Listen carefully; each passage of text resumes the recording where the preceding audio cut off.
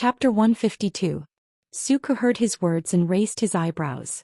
Does that mean that Qiguan Langjun was once a victim? Qiguan Rang strangely chose to remain silent. He was indeed a victim, but he still did not know how Suku knew so much just by meeting him. However, Qiguan Rang vaguely knew something after witnessing this person trick the county commandant. That person's eyes could truly be said to be able to see through the finest details. Suku smiled and said, "It's a good thing that Langjun is so capable. At least he won't be deceived by the scoundrel and will be able to catch him in the act. However, there are pros and cons to this. This will inevitably make him stubborn and hard to persuade. Too much trust in her own eyes and judgment. To put it bluntly, she was conceited. If the opinions of others went against her, the result would be gratifying. Logically speaking, such an overly conceited person was not a good candidate because the people under him would have a headache. If he disagreed with her and neither of them could convince the other, then who would give in the end? Qiguan Rang listened carefully and asked in a low voice, "If that's the case, aren't you worried about yourself, Xiaoyu?" Suku said, "Even so, the advantages outweigh the disadvantages. Langjun may be conceited, but he still knows his limits. If someone disagrees with him, they still have to be reasonable. He still listens to other people's opinions. Other than that, Langjun doesn't like to interfere in areas that he's not good at. This is much more likable than those idiots who want to criticize others." After saying this, Suku added, "Moreover, even if that's not the case, his slave contract is still in his hands. I can't fly away even if I have wings. The earlier I accept my fate, the earlier I get rid of unnecessary worries. Otherwise, I'll worry about nothing and make myself uncomfortable." When Qiguan Rang heard the words, slave contract, he was stunned for a moment. He did not expect Suku to sell himself into the Lu residence. Suku's demeanor and aura were not something an ordinary servant could have. "I was young and frivolous. I did something wrong and fell into a wolf's den." Suku sounded like he was complaining, but whether it was the expression on his face or the relaxed smile in his tone, it showed that he was not angry. "For a period of time I was so scared that I couldn't sleep at night." Qiguan Rang furrowed his brows and said, "Although Lanting's temperament is strange, her way of doing things is still considered proper. How can she scare you?" "I didn't say that Langjun was scared." Lu Shi's poisonous gaze from that day was still a frequent visitor to his nightmares. The two of them chatted in low voices. Their voices were as soft as the buzzing of a mosquito and could not be heard from a few steps away. No matter how good Jiang Pingji's hearing was, her mind and attention were not on the two fishermen. Meng Hun, the black-faced brawny man in disguise. He tried his best to bring the topic back to Meng Liang, but Jiang Pingji acted as if she didn't realize it. She just chatted with him and asked him about the interesting things she had seen along the way. The topic went around in circles, but Jiang Pingji still held the initiative. In the end, she suddenly sent an invitation to Meng Hun, her eyes sincere and earnest. "It's not easy to measure so much land with one's feet in the short span of 100 years. I'm a little envious."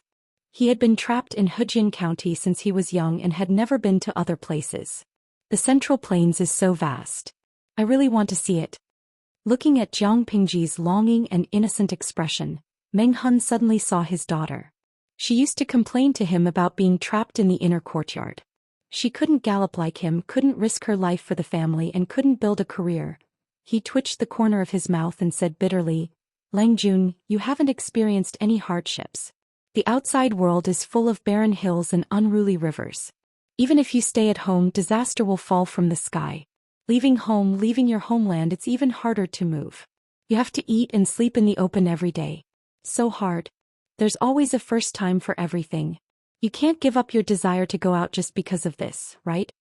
Jiang Pingji said carelessly, "What's more, if I go out, I'll have servants to protect me. How much hardship can I go through?" She suddenly changed the topic and looked at Meng Hun with sparkling eyes. "You've been to so many places and met so many people. You must have accumulated a lot of experience. I can see that you're tall and strong. You're no worse than the servants in my house. By the way, didn't you say that you have no family and can't go back to your homeland because of the war? Why don't you just stay in the Lus? At least you'll have a place to settle down. If I go out one day, I'll take you with me. It'll save me a lot of trouble." Meng Hun's lips moved. He opened and closed them for a long time before he said something. "Langjun, you're a living Buddha, but I'm just a peasant. I don't dare to dirty your land. I won't go.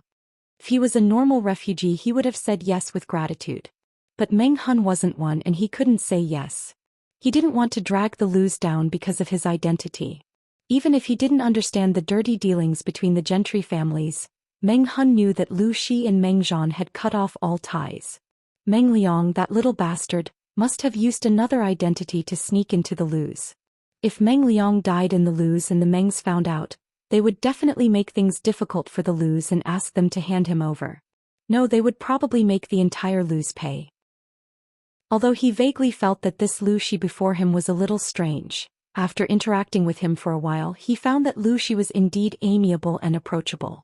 Moreover, he was extremely concerned about issues such as the people's livelihood. He wasn't like some of the aristocratic sons he had come into contact with in the past, who were always sentimental and worried about unreliable things. They were disgusting and would moan about nothing. Meng Hun had a good impression of Jiang Pingji because of that. But he couldn't say yes to her invitation. As expected, Jiang Pingji, who had a good temper in Meng Hun's eyes, wasn't angry or embarrassed. Instead, she sighed with regret. Jiang Pingji said, "Everyone has their own ambitions. Since you've made up your mind, I won't force you to stay." The sky was getting dark. Qiguan Rang and Meng Hun had caught 2 baskets of fish. Meng Hun couldn't get any more information out of them, so he decided to leave. Before he left, Meng Hun took a bag with him. 2 sets of warm clothes, a few pairs of oversized straw sandals, cotton socks, a few days' worth of dry food and some medicine. Jiang Pingji explained, "I saw that you have blisters on your feet, so I asked someone to prepare some medicine for you. Otherwise, if you get bitten by mosquitoes your wounds will fester very easily. That would be troublesome." Meng Hun's heart warmed. After some hesitation he accepted the small but thoughtful gift. Qiguan Rang and Suku, who had watched the whole show, laughed. Chapter 153. Lang Jun, do you need someone to keep an eye on him?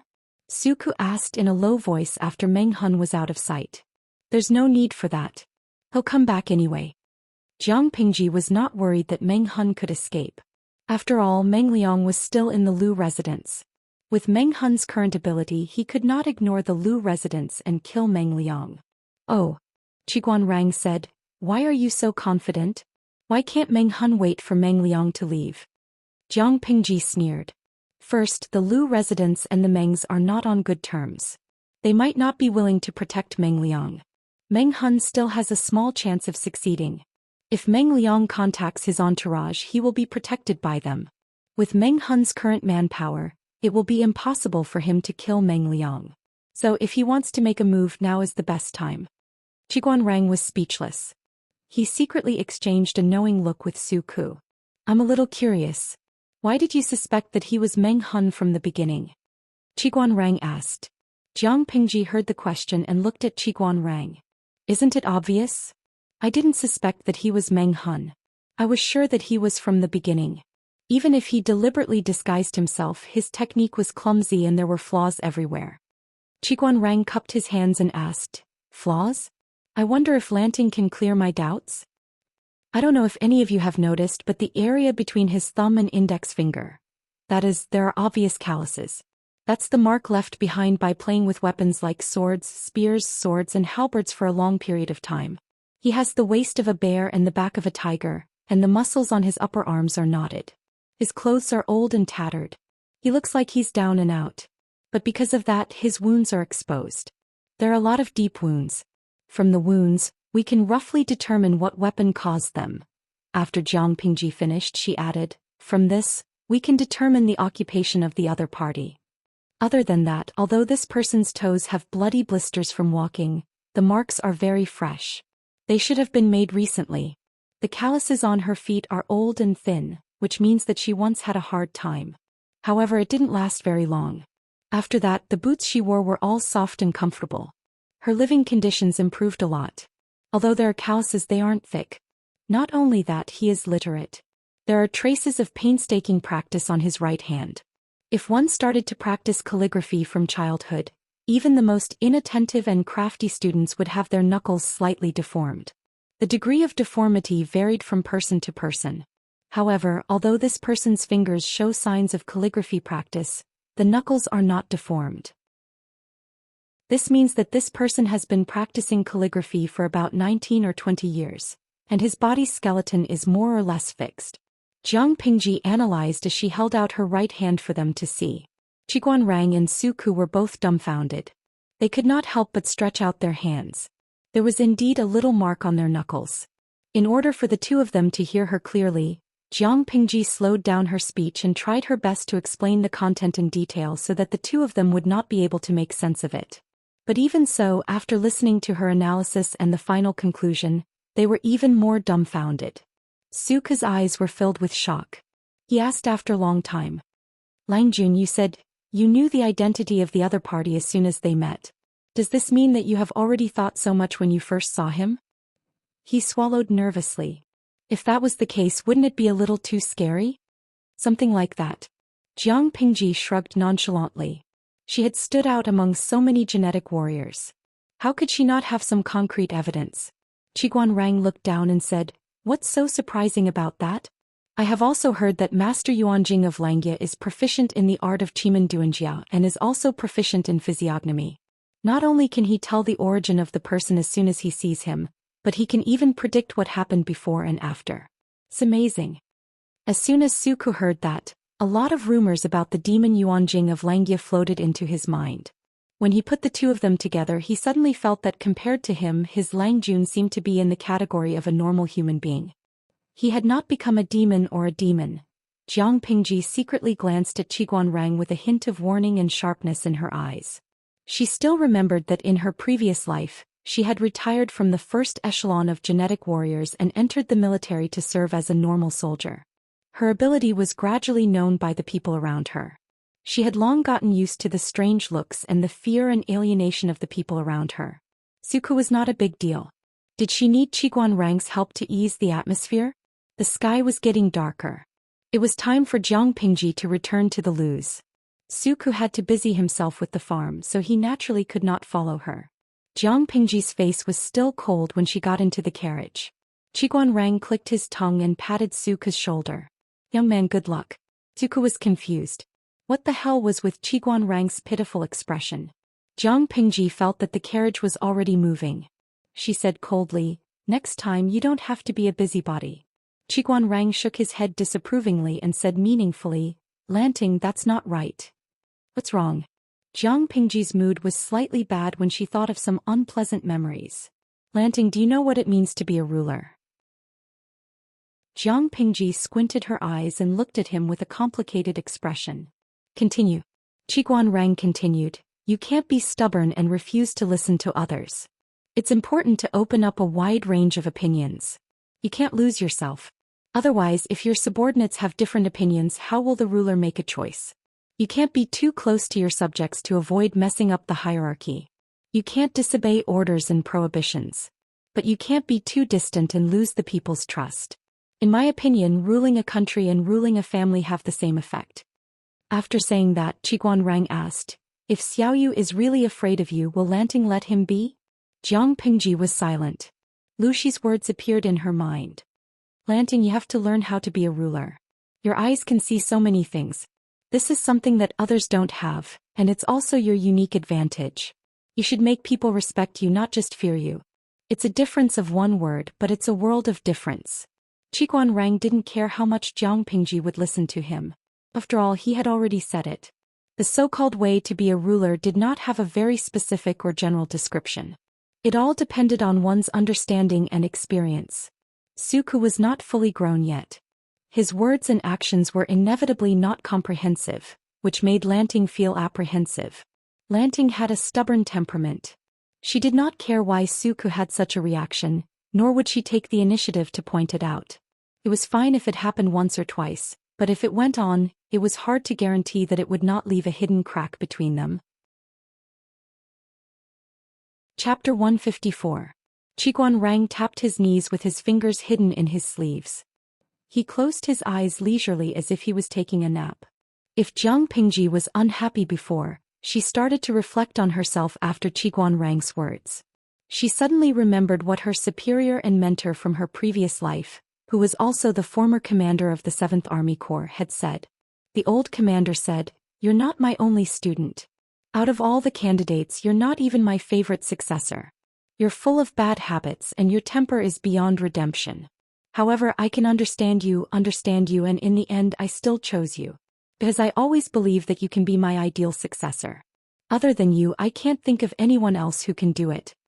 The old commander trusted her so much, but Jiang Pingji did not achieve his expectations. She did not even know why she could not do it. The way of the superior is to rule the inferior, Jiang Pingji murmured. He seemed to understand something. Qiguan Rang was moved by her expression, but he had to pretend that he did not care. Lanting can choose to hide some things, but there are some things that cannot be left unsaid. This will only increase the gap between people. No matter how good their relationship is, no matter how loyal they are, they can't withstand this kind of torture. It's lucky that Xiaoyu hasn't realized it yet. Qiguan Rang did not know if Suku was too young or too slow to react. How could he make such a low-level mistake? However, everyone was a saint and everyone made mistakes. It was okay to make mistakes as long as they could make up for it. It was scary to make a mistake without realizing it. Fortunately, Qiguan Rang admired both Jiang Pingji and Suku. Neither of them had the kind of personality that would give people headaches. Suku was quick-witted. Although he had broken some taboos, it could be attributed to the fact that he had not been with Jiang Pingji for long and was not familiar with her temperament. In addition, he was still young and inexperienced. Qiguan Rang was confident that he could make up for these mistakes slowly. As for Jiang Pingji's state, it was even more than he had expected. Jiang Pingji snapped out of her trance and looked at the person beside her. Why are you telling me this? Qiguan Rang told the truth. I just think that Lanting needs to be enlightened. If Lu Shi's ambition was merely to become a national treasure and a pillar of the country, then the other party naturally did not need to know how to control it. However, Qiguan Rang felt that this person's ambition was the complete opposite of his harmless appearance. However, it was far from enough just to have lofty aspirations. Without the corresponding conditions, it would be difficult to achieve great things in the end. Lu Shi was smart enough and his ability to read people was terrifying enough. Whether it was in terms of breadth of mind or courage, he seemed to be the most satisfactory person he had ever met. However, the most important thing was that he was not good enough. He could even be considered clumsy and failed. Jiang Pingji could not help but roll her eyes. However, he still said to Qiguan Rang, I'll thank you in advance for today's matter. I'll treat you to a formal feast next time when I have time. In response to Jiang Pingji's words, Qiguan Rang's reply made the smile on her face freeze, because he said, even though I haven't known Lanting for long, I understand the principle that those who are unaccountably solicitous are hiding evil intentions. Even if you're treating me to a banquet to thank me, the purpose behind it is definitely not as simple as just thanking me. Qiguan Rang unceremoniously exposed him. Jiang Pingji was speechless. Had her reputation become that bad? Did she have to be so jittery? She had only shown a little goodwill, and the other party was scared witless and defensive? She did not know that Qiguan Rang had already labeled her as a scheming boy after witnessing her trick the pitiful captain. However, despite his complaints, Qiguan Rang's alertness and vigilance were still commendable, because she really did not have good intentions. Jiang Pingji said, you can't say that. Gratitude is the main priority. Qiguan Rang lazily lifted his eyelids and looked as if he had expected it. Then what's the main priority? Jiang Pingji hesitated for a moment, then finally revealed her plan. The little bastard Meng Liang who stays in the Lu residence suffered a loss at my mother's side. Now he wants to get close to me to arouse my mother's pity and love. But this person has always been ignorant and incompetent. He doesn't have any skills, but he is very good at leading bad people. Wenjing, do you think I should take the bait? Qiguan Rang felt pity for Meng Liang. What does Lanting plan to do? He's a playboy. He's good at a few things: eating, drinking, whoring and gambling. Meng Liang is not a fan of good food, nor is he a good drinker. He only has a soft spot for women and gambling. If he wants to kidnap me, a place like the southern brothel is not suitable. The perfume on my body will be easily exposed and my mother will hate me. So, Qiguan Rang said, so he will most likely urge you to go to the gambling house. I also hope to go to the gambling house. It will be easier for me then. And then? The gambling house is a place where good and bad people mingle. Do you think Meng Hun will take advantage of this great opportunity to kidnap Meng Liang? Qiguan Rang was speechless. Could he say that he had already understood Jiang Pingji's plan? If Meng Liang really did urge Jiang Pingji to go to the gambling house, that place would not only be chaotic, but it would also be easy for news to spread. How could Meng Hun not think of a way to ambush and kidnap Jiang Pingji? More importantly, Meng Hun would not kidnap Jiang Pingji because he was indebted to her. As long as Jiang Pingji returned to the Luz as if nothing had happened and ordered a servant girl to pretend to be the lady's maiden, to leave the Luz, Meng Liang's disappearance and even death would have nothing to do with the Luz. Meng Hun and his men would be the ones to blame. Then she would contact Meng Hun in secret under other names. She would explain the benefits involved and force Meng Liang to write a letter asking for the grain. When the grain was in her hands, Jiang Pingji would kill Meng Hun and his men in the name of cleaning up the bandits. Their identities would be hidden. On the surface she would be the one avenging Meng Liang. How could the Mengs not show any gratitude to their benefactor? If they cleaned up the loose ends, the Mengs would only find out that Meng Liang was captured and killed by Meng Hun. The Luz would never get involved. What an affectionate and righteous woman. She wiped out the bandits, maintained the peace and avenged the Mengs, the Luz, for their son's death. Her generosity was admirable. Not only that, Meng Hun and his men would be grateful to Jiang Pingji for taking them in when they were in danger. It was all a trap. He had seen shameless people, but he had never seen someone who treated shamelessness as a virtue. What made him feel even more helpless was that Qiguan Rang liked shameless people. He could already foresee how poor Meng Liang would be played to death. It doesn't matter if Meng Liang is dead or not. What matters is the grain. How much do you think I should ask the Mengs for? Before Qiguan Rang could answer, he heard a crisp beeping sound. Chapter 155. The system's cheerful voice traveled into her ears. Yo, did the host miss me? Jiang Pingji said mercilessly, no. Without you I don't know how peaceful my ears would be. After the system's upgrade, it seemed to have become more humane and thick-skinned. It wasn't like before when it would whine when it was choked. After the upgrade, the system understood that it was its host and they couldn't be separated. No matter how much Jiang Pingji disliked it, she needed it. As an omnipotent system, it could fulfill all of its host's ambitions and wishes. Jiang Pingji dealt with Qiguan Rang while she asked the system, you said you needed 12 hours to upgrade, but why do I feel like you've been upgrading for almost 24 hours? I thought I'd have to stream today as usual. The system said evasively, the estimation of the upgrade time was wrong, so it took more time than expected.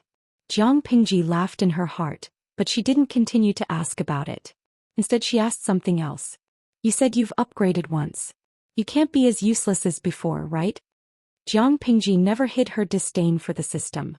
The system had been sad many times because of it. Tell me about it. If you're still as useless as before, I think you should upgrade again.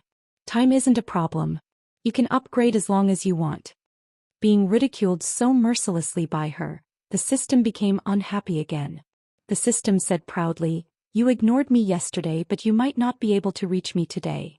Listening to the system's tone, Jiang Pingji seemed to be able to imitate its proud expression. Oh, tell me about it. I want to know to what extent a useless system can be upgraded. The system suppressed its urge to explode. It pretended to cough twice and cleared its throat. Then the host should listen carefully. In order to provide a more complete and convenient service for the host, the upgrade added a humanized emotion section. This will make it easier for us to communicate. To increase the host's popularity as a streamer and increase the viewability of the stream, the real-time task section has also been added. The real-time task section? Jiang Pingji frowned in her heart, but she didn't show any signs of abnormality. The system said excitedly, the system will analyze the people and things that the host has experienced in real time and issue temporary missions from time to time to guide the host to integrate into this era more perfectly. When the host completes the missions perfectly, the host will receive additional rewards. Jiang Pingji went straight to the point and asked, can I refuse such a mission?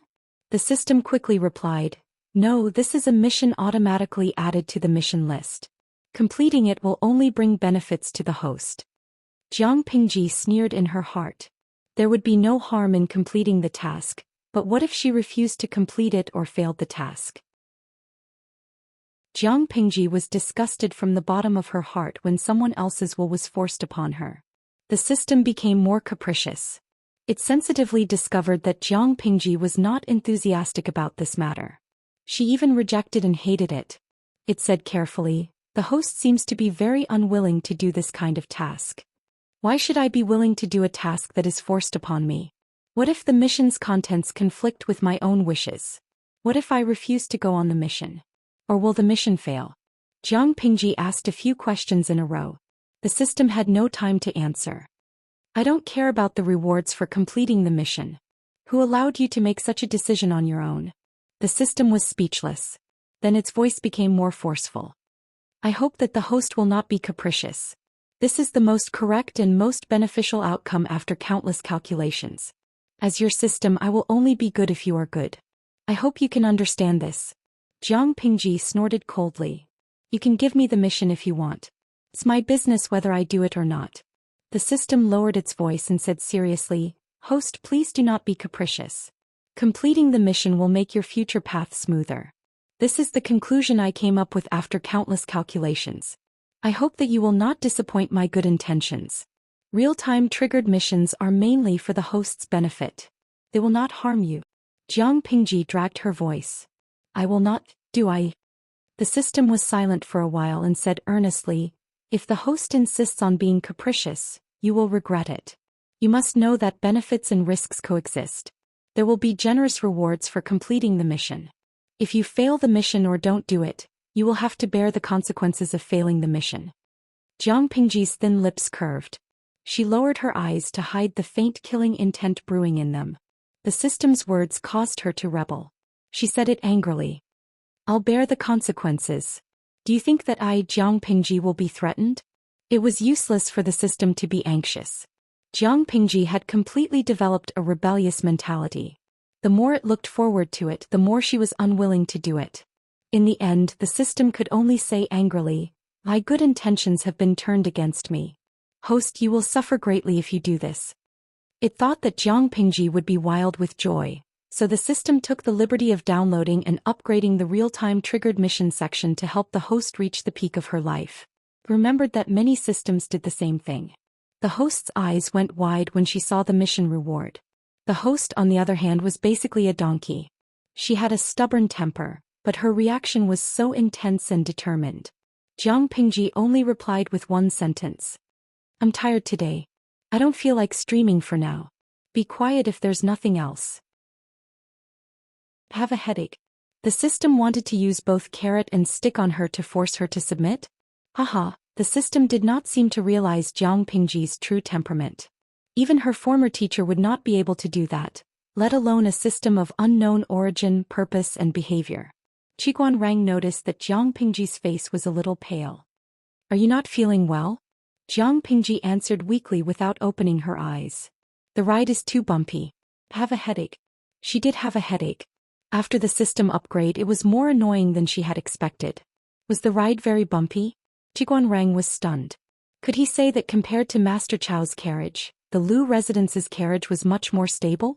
The two of them were silent the whole way until the carriage stopped in front of the Lu's. It was already past dinner time. Lu Shi and Wei Yuan were chatting happily. When they saw Jiang Pingji return with Qiguan Rang, they were both happy. After exchanging some pleasantries, Wei Yuan stood up and said goodbye to Lu Shi. Since they had achieved their goal, there was no need to stay in the Lu's house any longer. Lu Shi stood up and saw them off. Jiang Pingji returned to her courtyard. She did not even change her clothes. She rolled onto the bed and fell asleep. Before she could get sleepy, Nongqin's frightened voice came from outside the door.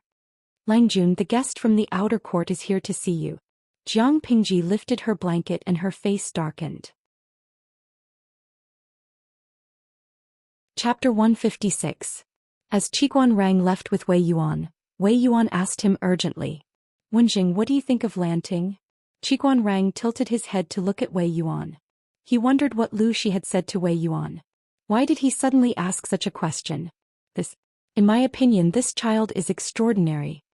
As Qiguan Rang spoke, he observed Wei Yuan's face, which seemed to be deep in thought. In times of peace, he would be a powerful minister and an important asset to the country. In times of chaos, he would at least be a lord.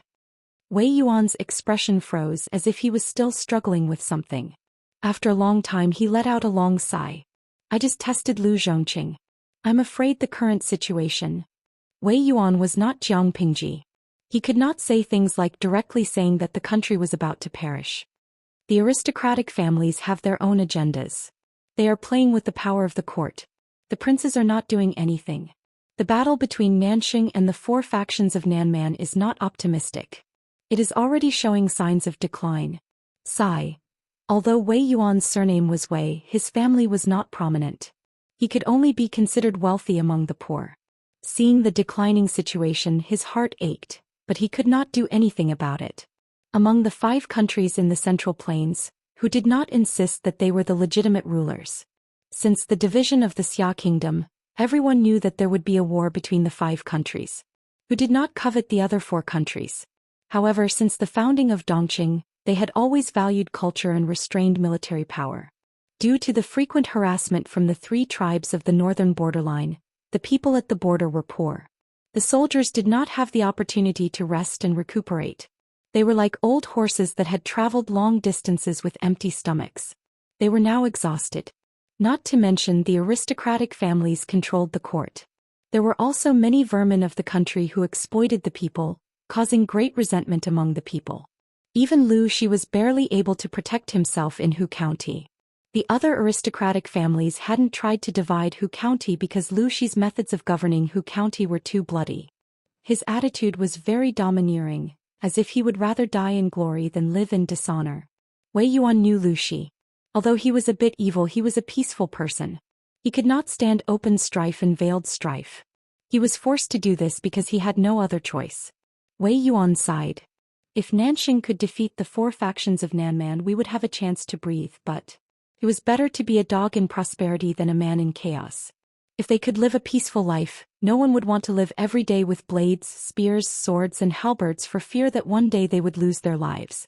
Qiguan Rang was not as emotional as Wei Yuan. He said calmly, Master Gongchao, you must know that the world is divided after a long period of union, and united after a long period of union. Now that the 5 countries are not giving way, chaos is only a matter of time. It's all the same whether it's earlier or later. Wei Yuan's expression was one of helplessness. Although that was what he said, he still found it hard to accept. After all, the current situation was not only inevitable but also human greed. Those high and mighty aristocratic families didn't care. Regardless of whether it was a chaotic era or a prosperous era, it wouldn't affect their wealth at all. It was just that the common people were pitiful. It was difficult for them to leave their homeland, but once the flames of war spread, they could only leave their homes. Wei Yuan was just a teacher with no background. No matter how anxious he was, he could only watch helplessly. There was nothing he could do. Qiguan Rang continued. Mr. Gongchao just asked Rang how Lanting was. Is County Chief Lu's intention? Wei Yuan scowled. Watch your words. How can you say something like that? I'm just going to wait and see. Regardless of whether it was true or not, being on good terms with Lu Xi was beneficial to them. Qiguan Rang was silent. Even though Wei Yuan didn't give him a specific answer, he knew very well that regardless of whether Lu Xi had the intention to cause trouble or not, his son was someone who wanted to see the world in chaos. He wasn't someone who was willing to be under someone else's command. The carriage was silent. Wei Yuan and Qiguan Rang returned to their residences with their own thoughts. On the other side, Jiang Pingji's patience had reached its limit. She stared coldly at Meng Liang, who was still acting recklessly. She had seen people who wanted to die, but she had never seen someone who wanted to die at such a good time. Meng Liang was still dressed in women's clothing. He looked shy, but the condescending look in his eyes betrayed his true feelings. Jiang Pingji's impatience had reached its peak. She could have slapped him in the face the next second. The system was enough to annoy her. She wanted to be alone, but she didn't expect an even more disgusting *T stirrer to come at her. Why are you looking for me? You and I are men and women. Even though I'm still young, being in the same room will still attract criticism. Jiang Pingji's tone was very stiff with a hint of impatience. Meng Liang had been spoiled since he was a child. Others had always been the ones to look up to him. When had he ever had the chance to observe others? He didn't realize how bad Jiang Pingji's mood was. Even if Meng Liang was there to build a relationship, Jiang Pingji should have taken the initiative to flatter him. Does cousin Lanting not like me? Other than the first time I came to the Lu residence, I haven't seen you at all. Jiang Pingji took a deep breath. Cousin, you're almost 15 years old. Men and women should be different. Why would I look for you for no reason? What a boring blockhead. Meng Liang secretly spat and said, even so, it's not a bad thing for cousins to be a little closer to each other. Plus, I'm here alone with a few servants to visit my aunt. I'm not familiar with the place and the people. It's boring. If that's the case, why do you want to see me? Jiang Pingji couldn't be bothered to feign civility. She went straight to the point. She was not in a good mood at the moment. Since someone had come to get into the muzzle, if she did not vent her anger, wouldn't she be even more sullen? Meng Liang's cheeks were red. He asked quietly, does Lanting know any fun places here? Jiang Pingji clicked her tongue in her heart. What fun places could there be in this ancient era that was so backward? But she still said indecently, there are fun places, but you're a woman. It's not convenient for you to go. She had made it so clear. Meng Liang was an experienced player. How could he not understand what she was talking about? If it was any other time, he would have just teased her and asked her to go for a walk. But he was a woman now. It was not appropriate for him to be too enthusiastic. It was also not convenient for him to go to such places. Thus he pretended to be coquettish. Cousin, do you hate me that much? How could you say such inappropriate things? Hypocrite. Jiang Pingji snorted in her heart. She suppressed the surging disgust in her heart. Seeing that Jiang Pingji didn't reply, Meng Liang was slightly unhappy. He had such a beautiful face, but someone didn't take the bait. Chapter 157. Meng Liang twisted the handkerchief in his hand and said awkwardly, I heard from a few servants that there is no curfew in Hejian, and it's very lively at night. It's rare for me to be here, so I want to go and have a look. But my aunt isn't feeling well and my uncle is busy with work. If I go out alone, wouldn't my reputation be tarnished if I run into some hooligans? That's why I'm here to look for you. Jiang Pingji smiled coldly. Since he was asking for it, he couldn't blame her for being ruthless. Besides, which noble lady didn't have servants around her when she went out to play? How pretentious, she said awkwardly, but you're a woman after all.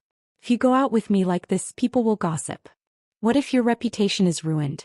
If you're really bored, I can let the maidservants play with you in the yard. If you go out. Meng Liang secretly gritted his teeth.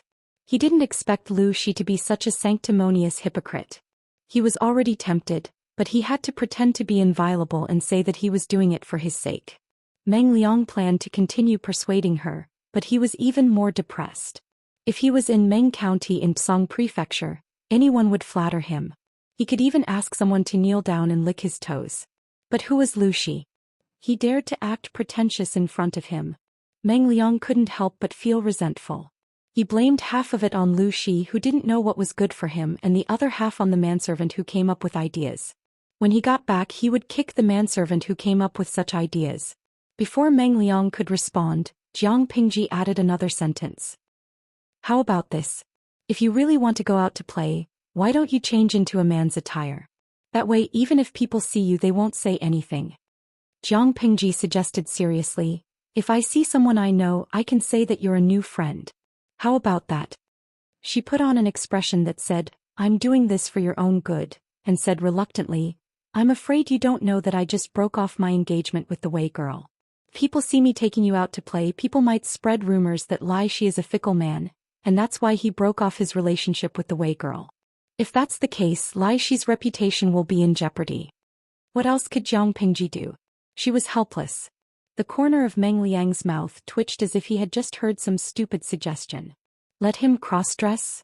To think that his cousin could think of this. However, this was also a compromise. From Lu Shi's point of view, it was indeed a win-win solution.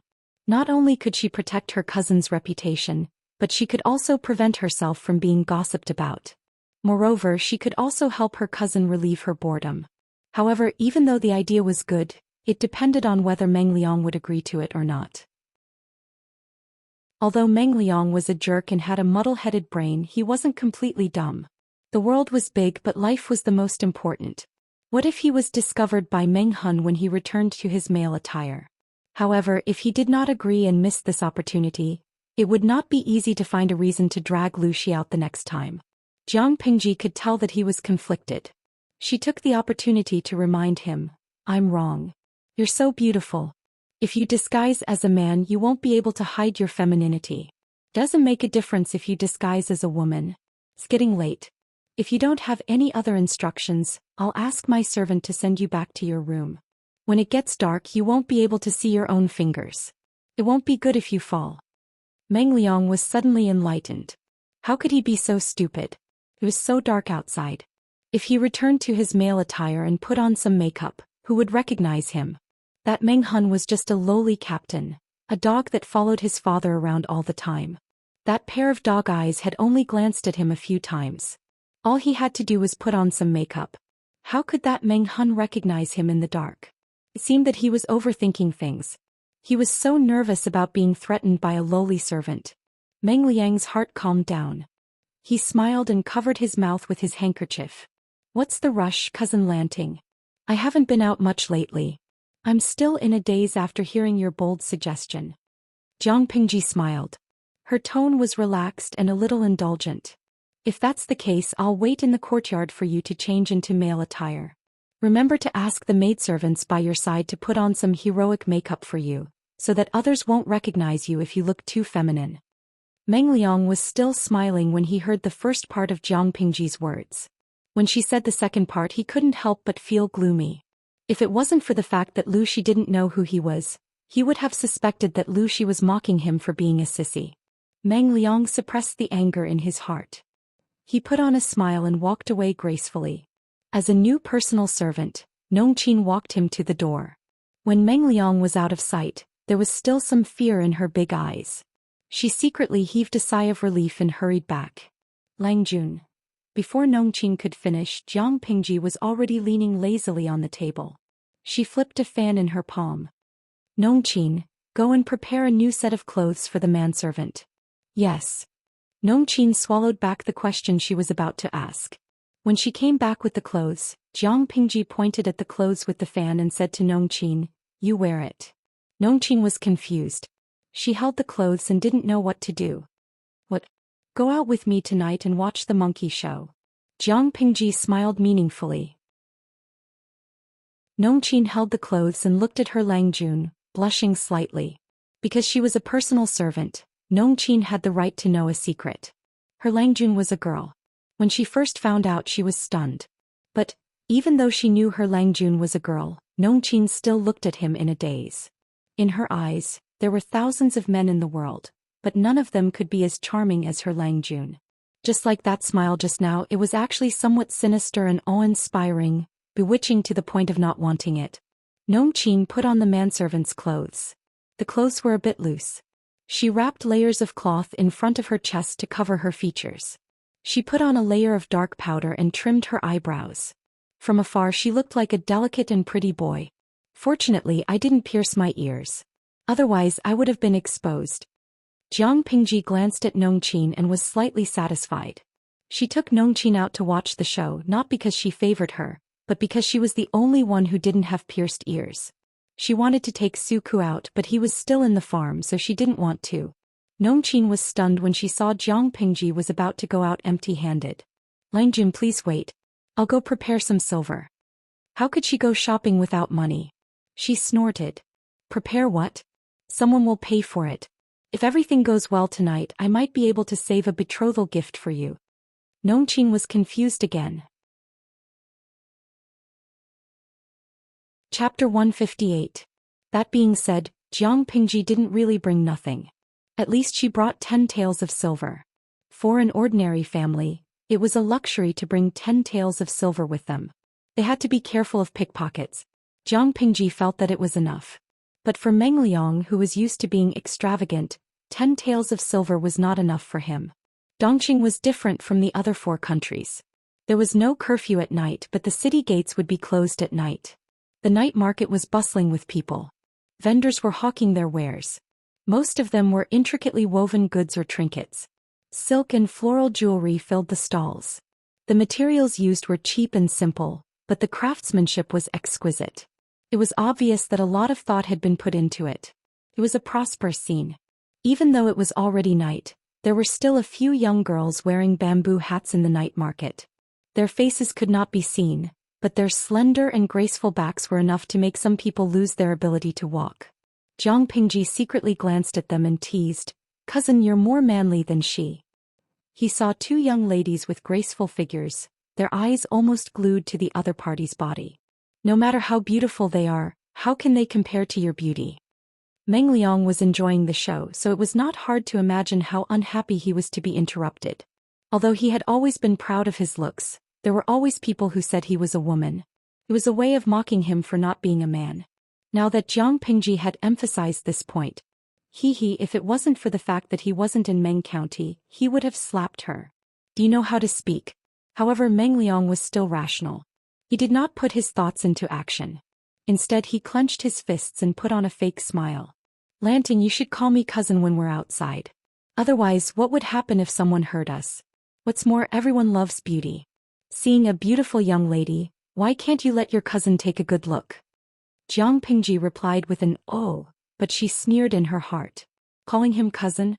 He really doesn't want to die fast enough. She turned her face away with slight disgust, but she called him cousin sweetly. Meng Liang was happy to hear that. Jiang Pingji stopped in front of a stall and asked the vendor, "How much are these silk flowers?"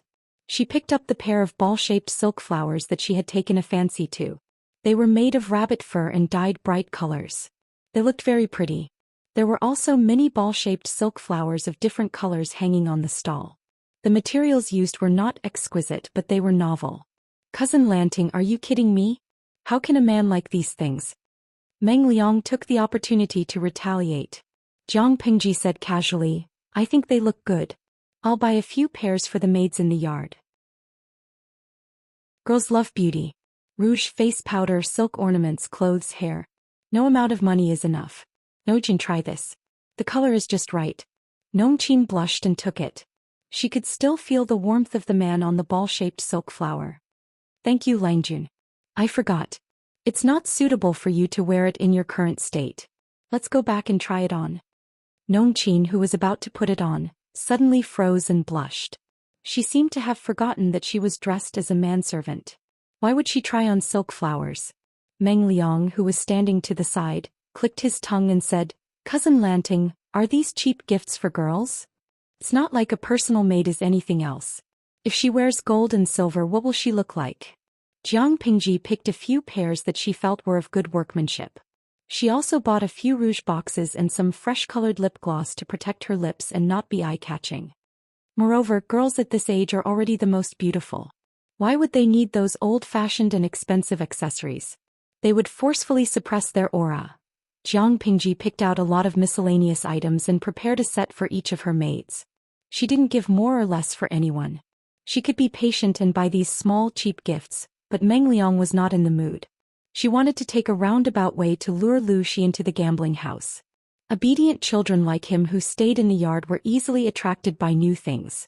If she brought him here a few times, he would definitely become addicted to gambling. In order to keep the secret, he would have to get close to her.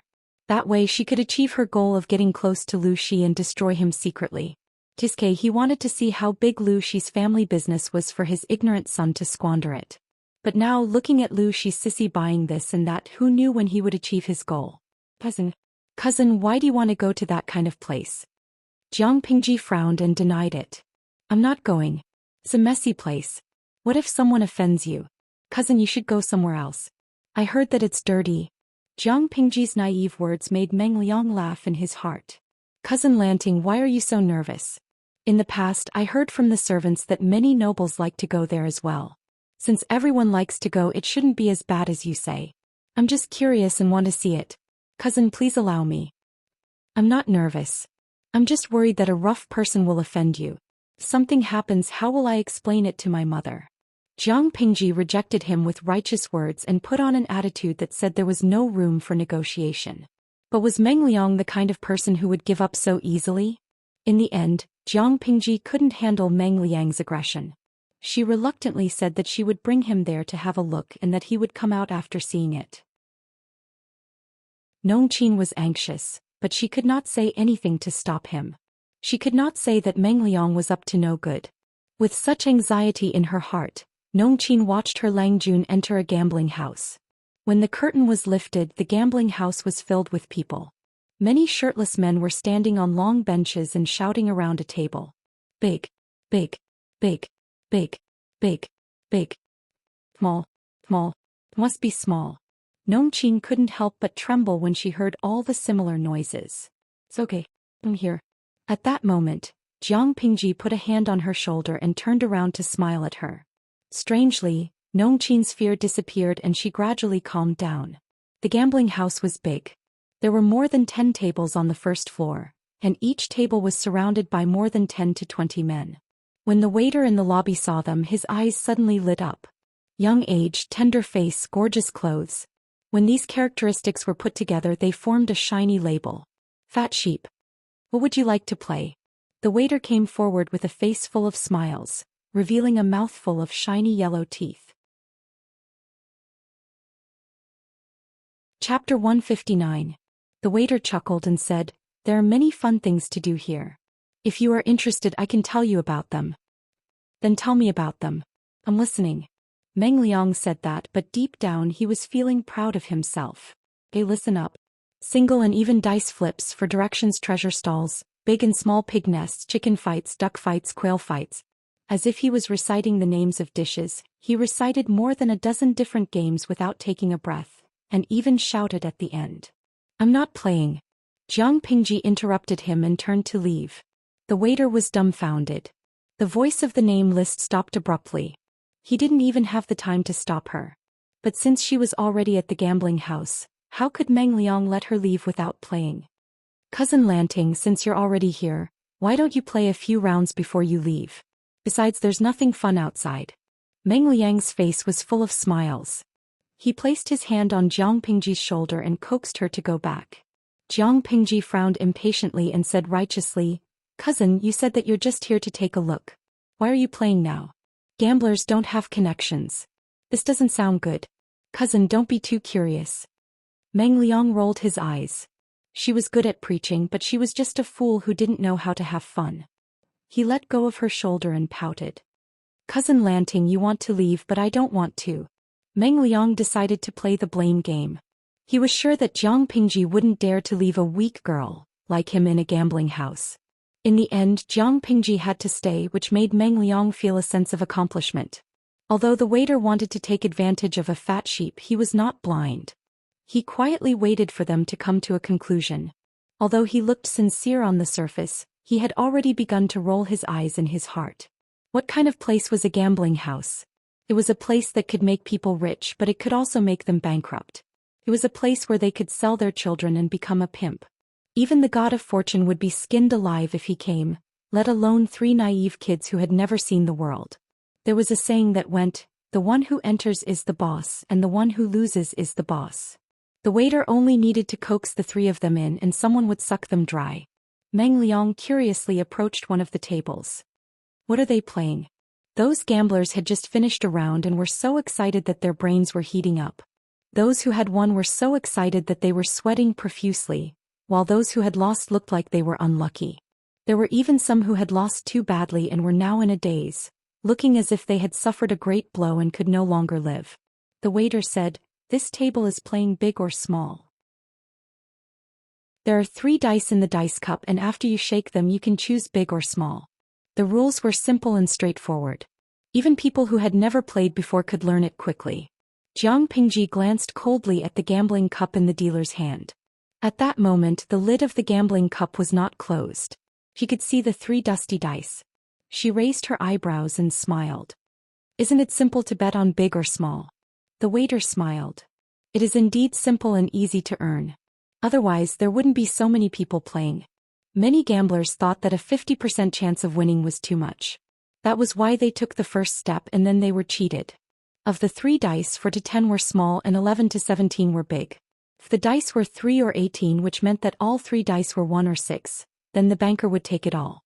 Betting on big or small would lose and the odds were 1 to 1. How dare they play such a childish game in front of her? "Cousin Lanting, what do you choose?" Seeing that a new round of bets was about to begin, the dealer had already finished shaking the dice and was about to place his bet. Jiang Pingji pretended to be righteous and refused to play, but Meng Liang was very confident in his charm. He acted coquettishly and succeeded in making Lanting's cousin take the first step. One of them chose big while the other chose small. The results were delightful. The tail Jiang Pingji had left behind was taken by Meng Liang. "You've played. Can you leave now, cousin?" Jiang Pingji said unhappily. "What do you mean you've played? One tail is one tail. Cousin Lanting, are you really willing to let your money fall into someone else's pocket? If you don't want to play, I'll play. Cousin Lanting isn't short of money. Money can't buy my happiness. As long as I have fun, I don't care about anything else." Meng Liang refused to leave. He played another 2 rounds and won both rounds. Many gamblers were cheering. Jiang Pingji looked cold, but deep down she was tempted. Meng Liang immediately fanned the flames. "It's boring to stand around. Why don't you play with your cousin for a while?" Jiang Pingji used Meng Liang as an excuse. But was she playing along with him, or did she want to play? Meng Liang's eyes saw through the truth. Compared to Meng Liang's winning streak, Jiang Pingji was unlucky. She lost 5 times in a row and lost 5 taels of silver. Nongqin watched anxiously. What kind of people were there in the gambling house? You were the boss when you were rich, but you were worse off than your grandson when you lost money. Don't worry. My luck has always been good. Jiang Pingji played with the last tael of silver and smiled meaningfully. Others would win or lose based on luck, but Jiang Pingji purely depended on her willingness to win. Meng Liang saw that Jiang Pingji was starting to get into the groove. He smiled to himself and took his winnings to another table. "Do you still want to play, Langjun?" the dealer asked. "Of course." Jiang Pingji threw the last tael of silver to small. "Open." Jiang Pingji, who had lost 5 rounds in a row, suddenly won. Her bet was small. The odds were 1 to 1. Now she had 2 taels of silver in her hands. She placed the 2 taels on the small table. The dealer smiled. "You still want to bet small?" Because of the 8 rounds of small, many people placed their bets on big. Only Jiang Pingji still chose small. "Yes." The dealer took off the cover of the dice cup. 1, 3 for 8 points small. She had 4 taels of silver in her hands. "I'll bet big this round." Jiang Pingji still placed all her taels of silver. The dealer took off the cover of the dice cup. 4 for 5 13 points big. She had 8 taels of silver in her hands. Again big. She had 16 taels of silver in her hands. The dealer's expression was a little stiff. He smiled and said, "You're really lucky." Jiang Pingji was surprised. Was that considered lucky? She was afraid of herself when she gambled. She didn't know that more than a dozen casinos in the federal black market had closed down because of her occasional visits. Her identity was special. Even when she lost so much money in the black market casinos, no one dared to do anything to her. Chapter 160. From losing to winning, Jiang Pingji quickly won 256 taels of silver. Nongqin's eyes were wide open as she watched her win. How long had it been? She went from 1 tael to 256 taels. The dealer's palms were sweating. He secretly wiped his sweat and pretended to be calm. 256 taels of silver was a huge sum of money for a small or medium-sized casino. "Do you still want to bet this round?" Jiang Pingji looked down and said, "I wanted to pick the small one, but I won't bet for this round." Nongqin was confused. Her Langjun wanted to pick the small one. Why didn't he bet? The gamblers didn't have the same idea. They all bet on the small one with the intention of making a profit. However, Jiang Pingji knew very well that the dealer would take all in this round. Big or small was not allowed. Sure enough, it was a rare 3 sixes, a leopard. Although the dealer took all in, the dealer couldn't laugh because Jiang Pingji still won the next 2 rounds. It meant that Jiang Pingji only lost 5 taels, but she won 10-24 taels in the end. The dealer couldn't sit still anymore. He felt uncomfortable, as if there were countless needles poking him under his butt. He found an excuse to say that he was going to the gambling house, but in fact he went to the 2nd floor to look for the boss. According to Jiang Pingji's previous rules, the gambling house would be finished if she won another 2 or 3 rounds. The profits of the next few years would be gone. In a place like a gambling house, there were all kinds of shady methods. Otherwise, how could people lose all their money and eventually sell their children, and even use their wives to pay off the debt, letting them sell themselves to the brothel to pay off the debt. They made money from blackmail. What seemed like a fair game was actually a shady business. In the simplest form of gambling on size, every die was specially made. The seemingly ordinary die had a weight bias, and the dealer relied on his skillful technique and keen sense of touch to greatly control the sum of the number of dice that came out of each round. Gambling dens of a larger scale could even change the number of dice at zero after the gamblers placed their bets, turning big into small. That was why there were so many losers and so few winners, even though the odds of winning were 50-50. Even if someone won, they would quickly lose back. These were the tricks of the gambling house. If they encountered a fat sheep, they would usually let the fat sheep earn a few rounds. Then when the other party's bets got bigger and bigger, they would slightly turn the tables. The banker and the gamblers would say something like, "Victory or defeat depends on luck. If you're unlucky this time, you'll definitely turn around the next time." This would stimulate the fat sheep's nerves and make them continue to increase their bets by a huge amount.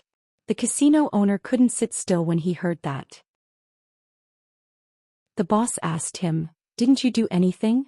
The dealer had an aggrieved look on his face. "I did, but that kid was so slippery. It was as if he already knew that I was going to attack and he always managed to avoid me. I can't possibly use leopard in every round, right? If I do that, the others will also notice that something is wrong."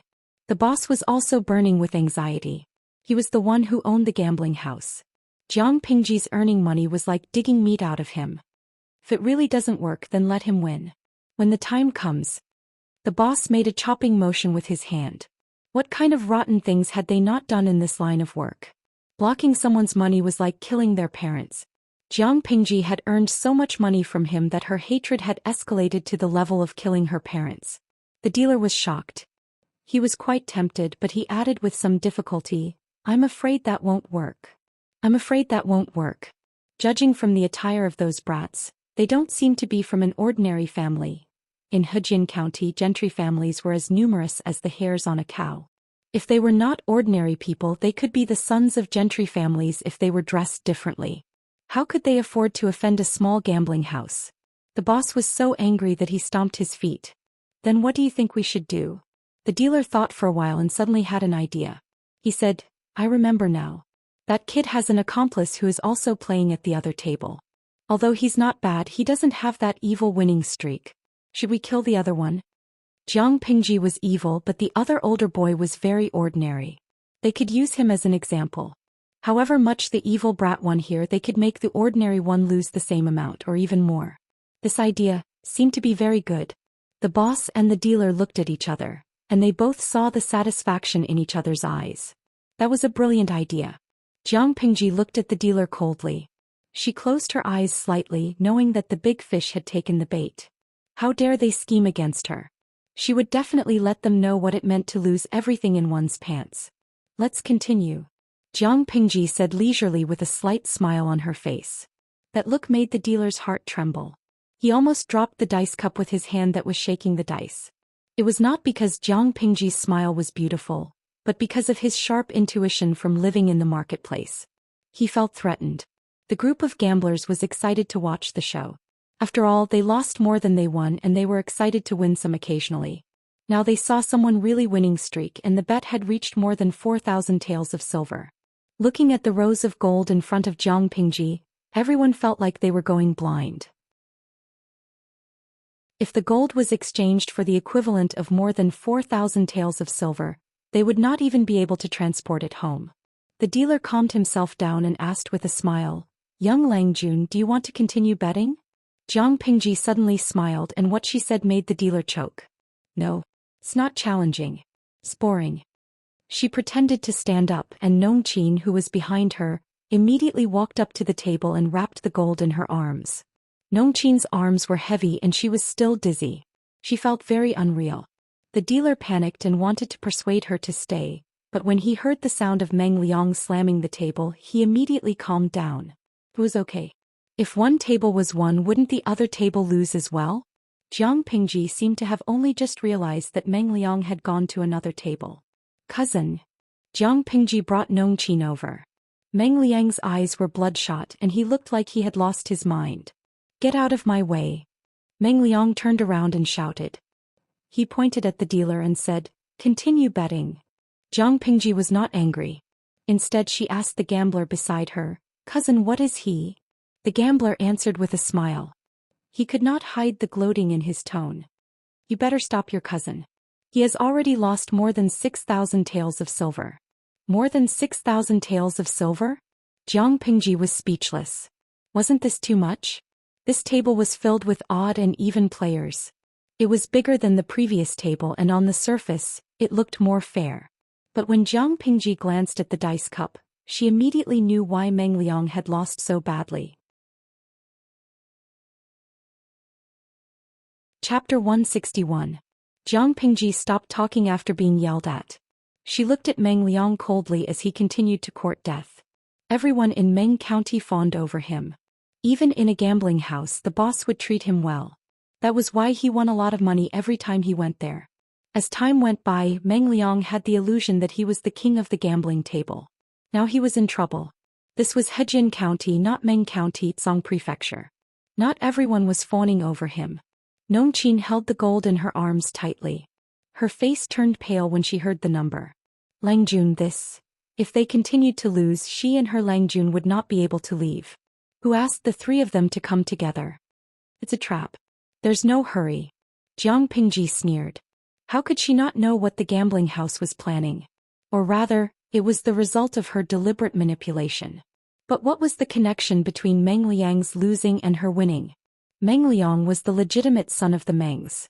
He had the best food and clothes. Plus, his real mother was Meng Zhan's concubine. She was secretly in charge of the inner house.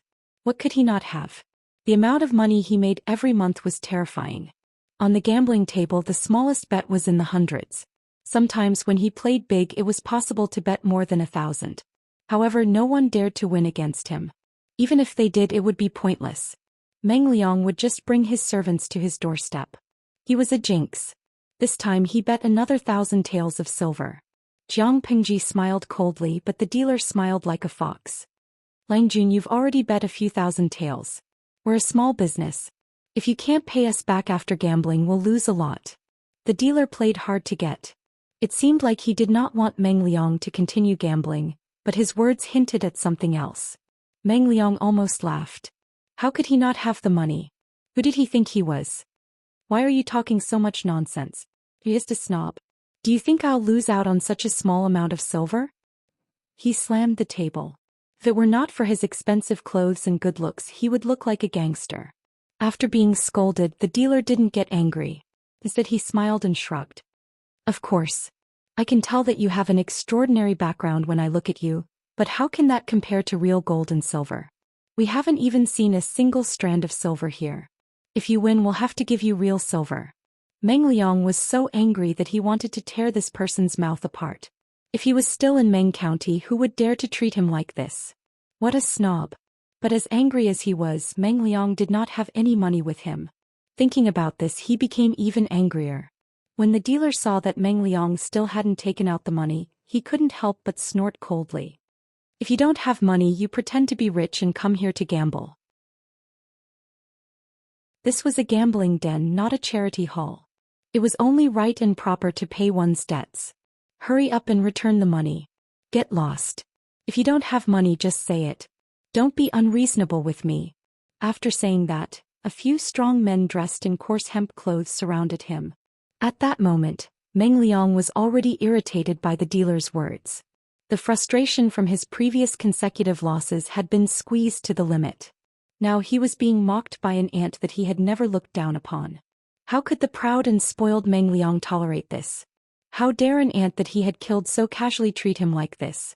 They must be tired of living. Meng Liang was not someone who could tolerate easily. At that moment, Jiang Pingji guessed that the time was right. She stepped forward to stop him, but it was actually adding fuel to the fire. He seemed to be in a difficult position. She said with a hint of charity, "Cousin, don't bother with these commoners. I still have some silver here." Meng Liang's eyes were red. He glared at her as if she was his murderer and pushed her away. "Do you know who I am? Lowly commoner, I dare you to touch a single hair on my head." Meng Liang had been provoked in many ways. His eyes were filled with anger. How could he still be rational? Hearing his arrogant words, the dealer snorted coldly and mocked him. I don't care if you are a dragon or a tiger. Since you are here you must follow the rules. How dare you be rude when you don't have the money? Meng Liang shouted at the thugs who were trying to surround him. Get out of my way, lowly commoner. I am the descendant of Lord Meng. How dare you touch me? Meng Liang raised his hand and swatted away one of the thug's hands. His snow-white face was already flushed with anger. It was no wonder he was furious to be treated like that by a lowly commoner. Meng Zhan is my father. Fine. Jiang Pingji, who was watching from the side, curled her lips into a smile. Meng Liang had finally said the two most important words. Who is Meng Zhan? I have never heard of him. The dealer sneered and pointed at Meng Liang's nose. How dare you call yourself the descendant of Lord Meng? Will Lord Meng's descendant be like you? You can't even afford to gamble. How dare you call yourself the descendant of Lord Meng? Arrest him. Nongqin's face turned pale. The thugs not only wanted to detain Meng Liang, but also her and her Langjun. Plang. Before Nongqin could come to her senses, one of the thugs who had reached out to her suddenly flew out as if he had been hit by a heavy punch. He hit a nearby gambling table and the betting money fell to the ground with a crisp sound. This turn of events scared everyone so much that they didn't come back to their senses.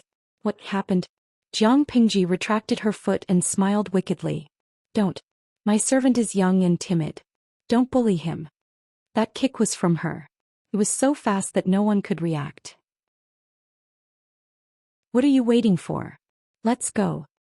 Jiang Pingji took out a long fan from her sleeve and slapped one of the thugs in the face. His face was bleeding and it hurt to look at. Meng Liang seemed to have just regained his composure, but he was not willing to run away like that. You unruly commoners. If you dare to fight again, I will ask the Meng army to chop you into human jerky. Everyone was confused by Jiang Pingji's sudden attack, but Meng Liang, their stupid teammate, kept provoking their anger. They were so angry that they couldn't care less if the three were the sons of the gentry.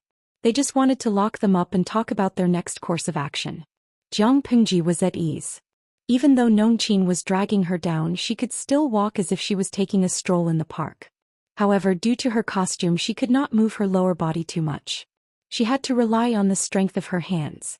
Jiang Pingji, who had undergone special training, knew the structure of the human body better than she did. She could easily dislocate the joints of the opponents. The gamblers on the first floor saw that something was wrong. They immediately stuffed the betting money into their pockets and planned to sneak away while the situation was still chaotic. The other gamblers had the same idea and the scene became even more chaotic. Jiang Pingji protected Nongqin, but she was not as nice to Meng Liang. Meng Liang was so frightened by the scene that he came back to his senses. His cheeks were pale and he looked like a mess. Chapter 162. She said, "This won't do. I'm afraid none of us will be able to escape. I'll distract some of them. Take care, cousin." Meng Liang was furious as he ran. "I think you're using me as bait, aren't you?" Jiang Pingji smiled and said, "Cousin Meng Liang has been stupid for so long. I didn't expect him to be smart for once before he died." What? Meng Liang was shocked. The three of them had run into a dark alley and there was a pungent smell in the air. Just as he realized something was wrong, Jiang Pingji raised her hand and hit the back of his neck. Along with the pain, Meng Liang's vision was instantly shrouded in darkness. His consciousness quickly became hazy. Before he completely lost consciousness, he vaguely felt a sharp pain in his throat. His body involuntarily twitched twice. Nongqin was shocked, speechless, but the person who hit him did not seem to be scared. "Langjun, don't worry about him." Nongqin saw Jiang Pingji throw the unconscious Meng Liang on the ground like a piece of trash, and she was at a loss of what to do. Even though she did not like Meng Liang, he was still an important guest. If anything happened to him, there would be trouble. Who cares? Just run. Hold on to the gold in your arms. 10% of it will be your betrothal gift for your future husband. What? Nongqin was confused. Jiang Pingji smiled indifferently. She was annoyed that Nongqin was running too slowly, so she simply grabbed her hand and carried her up. Nongqin was screaming in surprise. Jiang Pingji put one hand on her shoulder and the other on her calf. Even though Nongqin was not fat, she still weighed more than 90 kilograms. She leaped onto the wall of the alley and with a few leaps, Jiang Pingji jumped into the deep alley nearby. Done. Jiang Pingji put down Nongqin, who was still in a daze. There was a hint of laughter in her voice, as if she had let go of all the pent-up frustration in her heart. She had planned to tease Meng Liang a little longer, but now? She changed her mind at the last minute. When Nongqin landed on the ground, she finally recovered from the dizzy state. She tilted her head and took a closer look. She could faintly see the outline of her Longjuan's face in the dark. He had run for a long distance with her in his arms, but his forehead was still fresh and his breathing was steady. Nongqin felt a little ashamed in her heart. She had been doing rough work since she was a child. She could eat a lot and was strong, but she could not compare with her pampered Langjun. Will Madam blame you for leaving Miss Biao behind? If he spouts any nonsense, the gamblers will come to the Lu mansion. Nongqin's face turned pale. Jiang Pingji snorted coldly. Isn't our Lady Biao by my side? As for whether or not Meng Liang will talk nonsense, don't worry, he can't speak or write for the time being.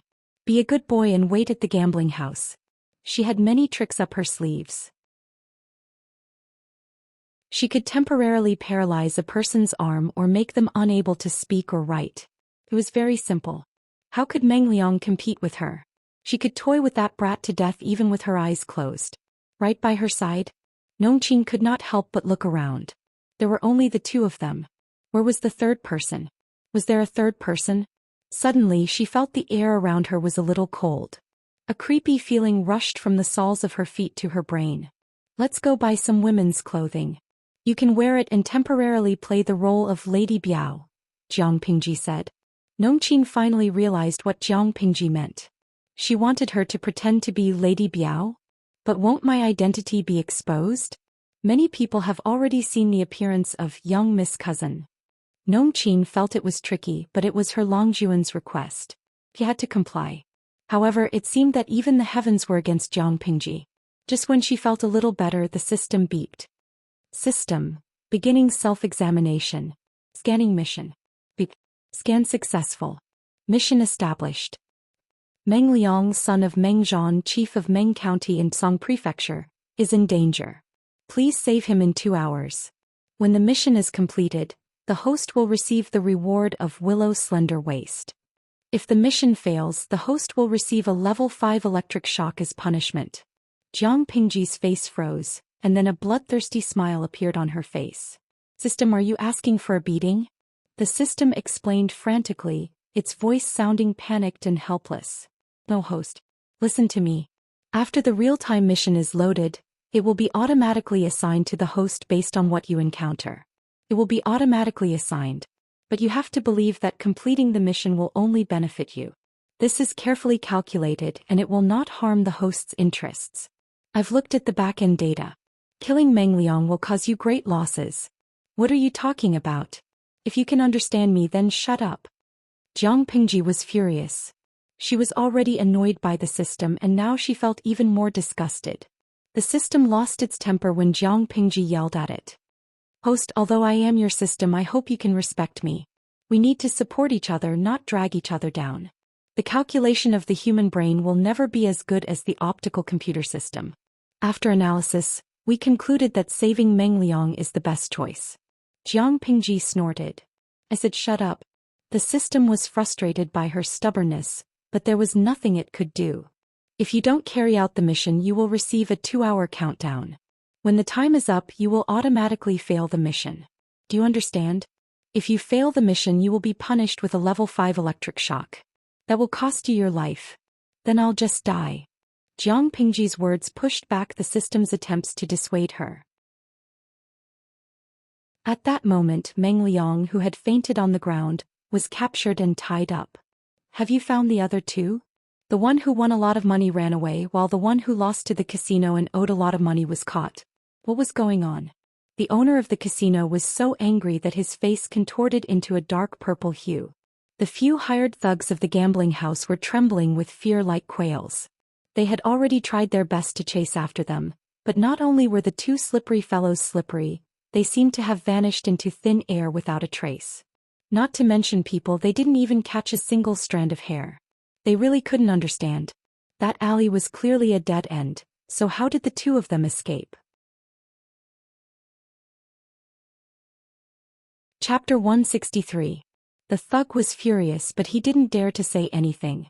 The casino had been making dirty money in Hejian County for years. He was the one who manipulated the gamblers and forced many families to separate. How many gamblers lost their fortune and lost their composure? How many wives and daughters of the gamblers were sold into prostitution? It could be said that the establishment and operation of the casino were built with the blood and tears of the gamblers' families. Every coin and every cent was stained with blood. It was not clean at all. Unexpectedly, the boss of the casino was blinded by the eagle's peck. He was tricked by a young boy. That was more than 4,000 taels of silver. Ordinary people couldn't make that much money in a few lifetimes.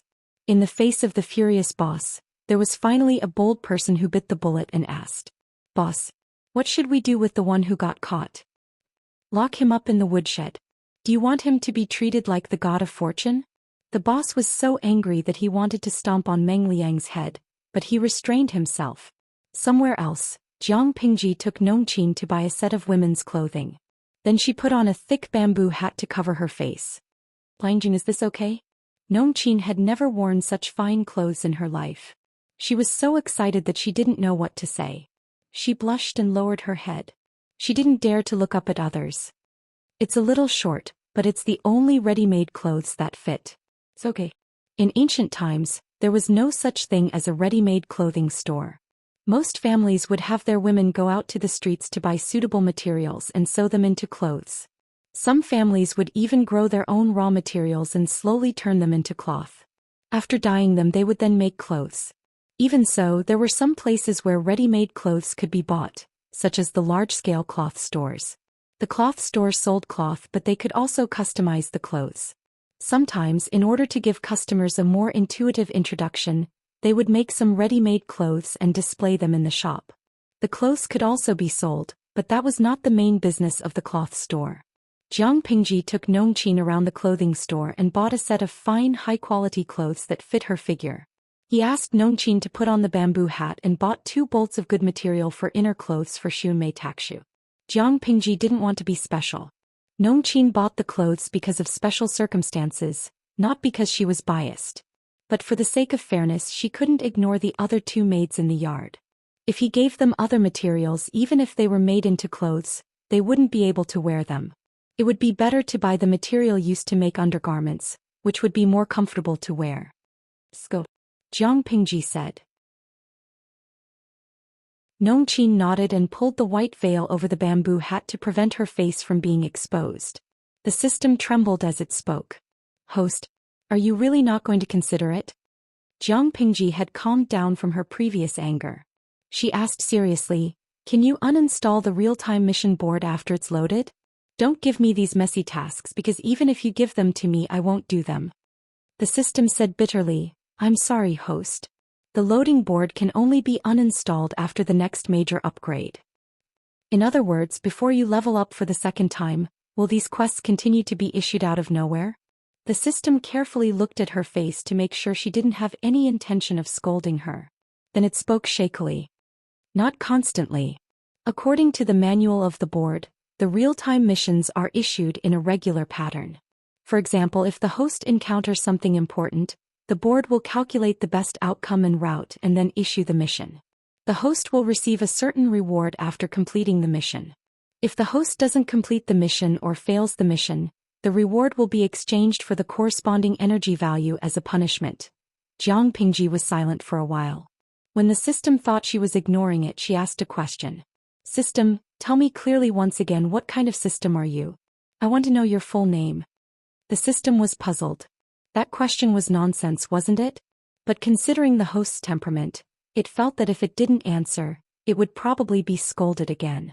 So, it honestly said, "The full name is Multidimensional Palace Intrigue Streaming System." Yes, you're the Multidimensional Palace Intrigue Streaming System.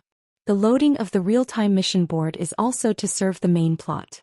This can be seen from the mission reward, Willow Slender Waist, slender and enchanting. Is that useful? Of course, men like slender waists, and having a willow slender waist can indeed make men linger on you for a second longer, but Jiang Pingji's voice was very calm, but it was this calmness that made the system's scalp tingle. I want to kill all my enemies and become the emperor, not sleep with all the men and let them help me ascend the throne. Becoming the emperor and becoming the emperor's woman, how could the two be the same? So now system, you can shut up. The system didn't dare to make a sound. Jiang Pingji didn't have such a strong desire to cause trouble in the beginning. It was completely forced by the stupid system and the culture of this even more stupid era. She didn't want to be changed, so she could only think of ways to change others. As for the 5th level electric shock punishment that the system mentioned, did it really think that the Federation's training methods were child's play? 90% of the so-called 5th level electric shock punishment was a threat. She knew what the other 10% was. Because she knew it, she was not afraid. It was still the same thing. Playing tricks with her? She could play with it with her eyes closed. Intelligence was a real weakness and it couldn't be changed by leveling up. But a 5th level electric shock punishment? Jiang Pingji's eyes flickered and the corners of her lips curled up. This was a good opportunity. There were many training courses for genetic warriors, but the core of it was to stimulate the muscles with external force. The system's punishment couldn't really use electricity. After all, the human body was different. It was most likely to use some kind of energy to stimulate the nerves and muscles of the body to achieve the same punishment as a 5th level electric shock. If that was the case, it would be a good training opportunity. Jiang Pingji brought Nongqin back to the Luz and sent her to the outer courtyard where Meng Liang lived. Stay here for a few days. You can go back to normal after the storm blows over. Nongqin nodded. At that moment there was a voice coming closer. Langjun, you're finally back. If you didn't come back, I would have gone out to look for you. The person stopped abruptly and stared at Nongqin and Jiang Pingji. It was Meng Liang's servant who thought that his Langjun was back. Seeing the servant running over, Jiang Pingji suddenly smiled. Chapter 164. Meng Liang's servant was smarter than his master. Or rather, he was more perceptive. He could feel that danger was approaching. He was like a croaking frog that had been targeted by a poisonous snake. His life and death could be decided in an instant. The manservant tried his best to suppress the creepy feeling. He stopped in his tracks and bowed to Jiang Pingji. He bit the bullet and asked, "Do you know where my wife is?" Jiang Pingji laughed softly. Her mellow voice was different from that of a young man. It sounded more like it came from her throat. It sounded mellow. She said darkly, "Do you want to know where your Langjun went? If you're so curious, why don't you go to hell and ask him?" After the manservant heard this, he instantly shivered. His hands and feet turned cold and the fear in his heart exploded in an instant. He was so scared that his legs went soft and he directly knelt down in front of her feet. His knees happened to press on a few protruding stones and immediately a bruise appeared. His thin lips trembled. He couldn't say a word. After a long time he took a deep breath. He said dryly, "Please don't joke around. My wife was fine." As he spoke, he slowly got up and secretly took a few steps back. The grudge between the Lus and the Mengs was irreconcilable. It was not impossible for Lu Shi to kill someone. The manservant was so anxious that his eyes turned red. "Why would I joke around? Since the villain dies because he talks too much, I'll let you die with regrets." Jiang Pingji took a step forward. The manservant froze. He quickly turned around and tried to run into the house. Nongqin was anxious. She wanted to catch the manservant when she saw him trying to escape. But someone was faster than her. As if there was a gust of black wind, Jiang Pingji had already caught up with the servant who was trying to escape. She pinched the servant's slender neck with one hand and gradually exerted force with her 5 fingers. The servant felt that it was getting more and more difficult for him to breathe. He tried his best to pry her hand away with both of his hands. His feet rubbed against the ground. At first he struggled intensely, but as time went by, the intensity gradually decreased. Sha sha sha sha. His legs, which were rubbing against the ground, went completely limp. His hands were still holding onto Jiang Pingji's wrists. His eyes were wide open, bulging so much that it seemed like they were about to jump out of their sockets and explode in the next second. His face had slowly turned from dark purple to green. Nongqin saw the servant struggling hard before he died. His eyes were almost popping out of his eye sockets. She was so nervous that her breath quickened. She felt like she had fallen into an ice cellar, as if the night wind around her was strangely cold. "Are you scared?" Nong Qin stood rooted to the ground and heard Jiang Pingji's gentle question. She took a deep breath, and the trembling in her chest calmed down under the stimulation of the cold air. She bit the tip of her tongue and regained her senses. Her eyes were shining with determination. Langjun, I'm afraid now, but I won't be afraid in the future. All right, go call the butler over and have him dispose of the corpse. For the next few days I will assign a few mates to you. Remember to take a few steps in front of people occasionally. Miss Biao, who came to the Lu's 2 days ago, has never stepped out of this yard. Do you understand? Nong Qin nodded hard, as if she was trying to overcome the spreading fear in her heart. She thought the butler would panic when he saw the corpse, but she didn't expect him to be so calm. His neck is twisted like this. How much strength did he use to hurt him? The old butler guessed something from Nong Qin's vague and mysterious description, so he came over with 2 confidants. With the light from the match, he saw the servant's completely twisted and sunken neck. He clicked his tongue. Nong Qin was nervous. Butler, this. Langjun heard a strange noise when he sent me here. I came over and saw this corpse. I don't know who did it. Someone suddenly died in the yard. What should we do? The old butler snorted and waved his hand. The 2 confidants had already put the corpse into a black cloth bag. We can't send him out secretly. Just throw him into the bucket of night incense so that others won't see it and misunderstand. Asking people to move the corpse out secretly was the stupidest thing to do. It was no different from burying one's head. The people living near the Lu's were not ordinary people. No matter which door the corpse was moved out, it was impossible to guarantee that no one would see it. The old butler was experienced. He put the body in the bucket of night incense and sent it out. Who would be so bored to check it? Nong Qin was a little scared, but seeing the old butler so calm, she felt a strange admiration and envy. It was not the first time the system saw Jiang Pingji kill someone, but none of the previous scenes were as shocking as this one.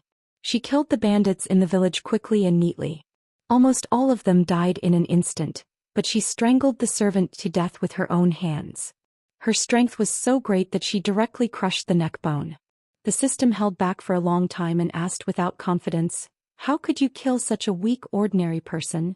Jiang Pingji said coldly, "I killed him to show you." The system was speechless. "When did I ever tell you that I won't kill people who don't even have the strength to truss a chicken?" That servant was as weak as a chicken, but it doesn't mean that he doesn't have the ability to do evil. There were more than 20 people who died directly or indirectly in his hands. More importantly, if he is alive, it will have an uncontrollable impact on the ending. So it's better to nip the risk in the bud. The system asked her in a low voice, "Okay, I don't care about that. But, what do you mean by killing him to show me? I don't know what your previous host was like, but I know one thing. Don't treat me like a clay figurine. System, you have done more than one thing to disgust me. I hope there won't be another mission like today." The system was speechless. As I said, this kind of real-time mission is issued randomly and automatically. I can't control it. If you don't want to do it, just say no. Anyway, if you don't want to do the mission, how can I force you? Hearing the system's words, Jiang Pingji suddenly smiled. Her smile was full of inexplicable meaning. The system added, "But if you fail the mission, you will also have to bear the punishment. Don't blame me for not reminding you if you can't bear it." At that time, 2 hours had passed since Jiang Pingji refused to do the mission. Chapter 165. Jiang Pingji listened coldly to the system's countdown, but her mood was not affected at all. "Xuanmei, if you hear anything tonight, don't come in to investigate." Xuanmei sat outside the door, a neatly folded mattress beside her. The mattress was used by the maids to keep warm during the night. Xuanmei was surprised to hear Jiang Pingji's instructions, but she still agreed. "Yes. Don't worry, Langjun." Jiang Pingji replied softly. The system was humane enough to give Jiang Pingji 3 minutes to prepare. Jiang Pingji unhurriedly took off her outer garment, leaving only her moon-white inner garment. She sat on the mattress and calmly waited for the system's punishment. 3, 2, 1. Punishment commencing. As the system's cold countdown ended, in that instant, a strange and explosive energy instantly enveloped his entire body. From the surface of his skin, it fiercely flowed throughout his body like a hot knife through butter. Every muscle in his body seemed to have been violently crushed by something. Jiang Pingji was forced to bend over from the pain. She lay on the mattress making only a slight sound. As the explosive energy spread, her heart beat at an unimaginable speed, as if it was about to jump out of her throat. Her blood flowed faster and hot sweat flowed out of her pores. In less than 2 or 3 breaths, the place where she was lying actually became damp. The sweat on her back and shoulder blades had already soaked her clothes, and the excess sweat slid down her skin and dripped onto the bed. To be honest, the system's punishment was not on the same level as Jiang Pingji's previous training. In terms of cruelty, the system's punishment was at the most ordinary level, while the Federation's training was at the hellish level. Comparing the two, Jiang Pingji would rather go through the Federation's training once more. She had been careless and overestimated herself. She had forgotten that this body belonged to an ancient woman. Without any specific training, the ancient woman's performance in all aspects could only be described as low, let alone compared to her previous self. Lu Lanting's body would collapse under the same pain, but Jiang Pingji's previous body would not be affected. Even though Lu Lanting's body had an additional 31 points of fusion force, it was only enough to upgrade the body from a weakling to a burly man. In the end, it was still a normal person.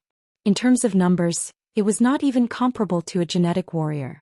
Under such circumstances, Jiang Pingji was faced with a very awkward situation. His spirit and will were strong enough, but his body had already reached the limit of collapse. Her face was slightly twisted because of the pain, but the corners of her lips curled up into a twisted and strange smile, with a hint of mockery. Although she didn't know how the system graded the pain of the electric shock, after experiencing it herself, she was very clear about one thing. The so-called level 5 electric shock just happened to be the limit of this body's endurance. If it was just a little bit heavier, the body would collapse first and die.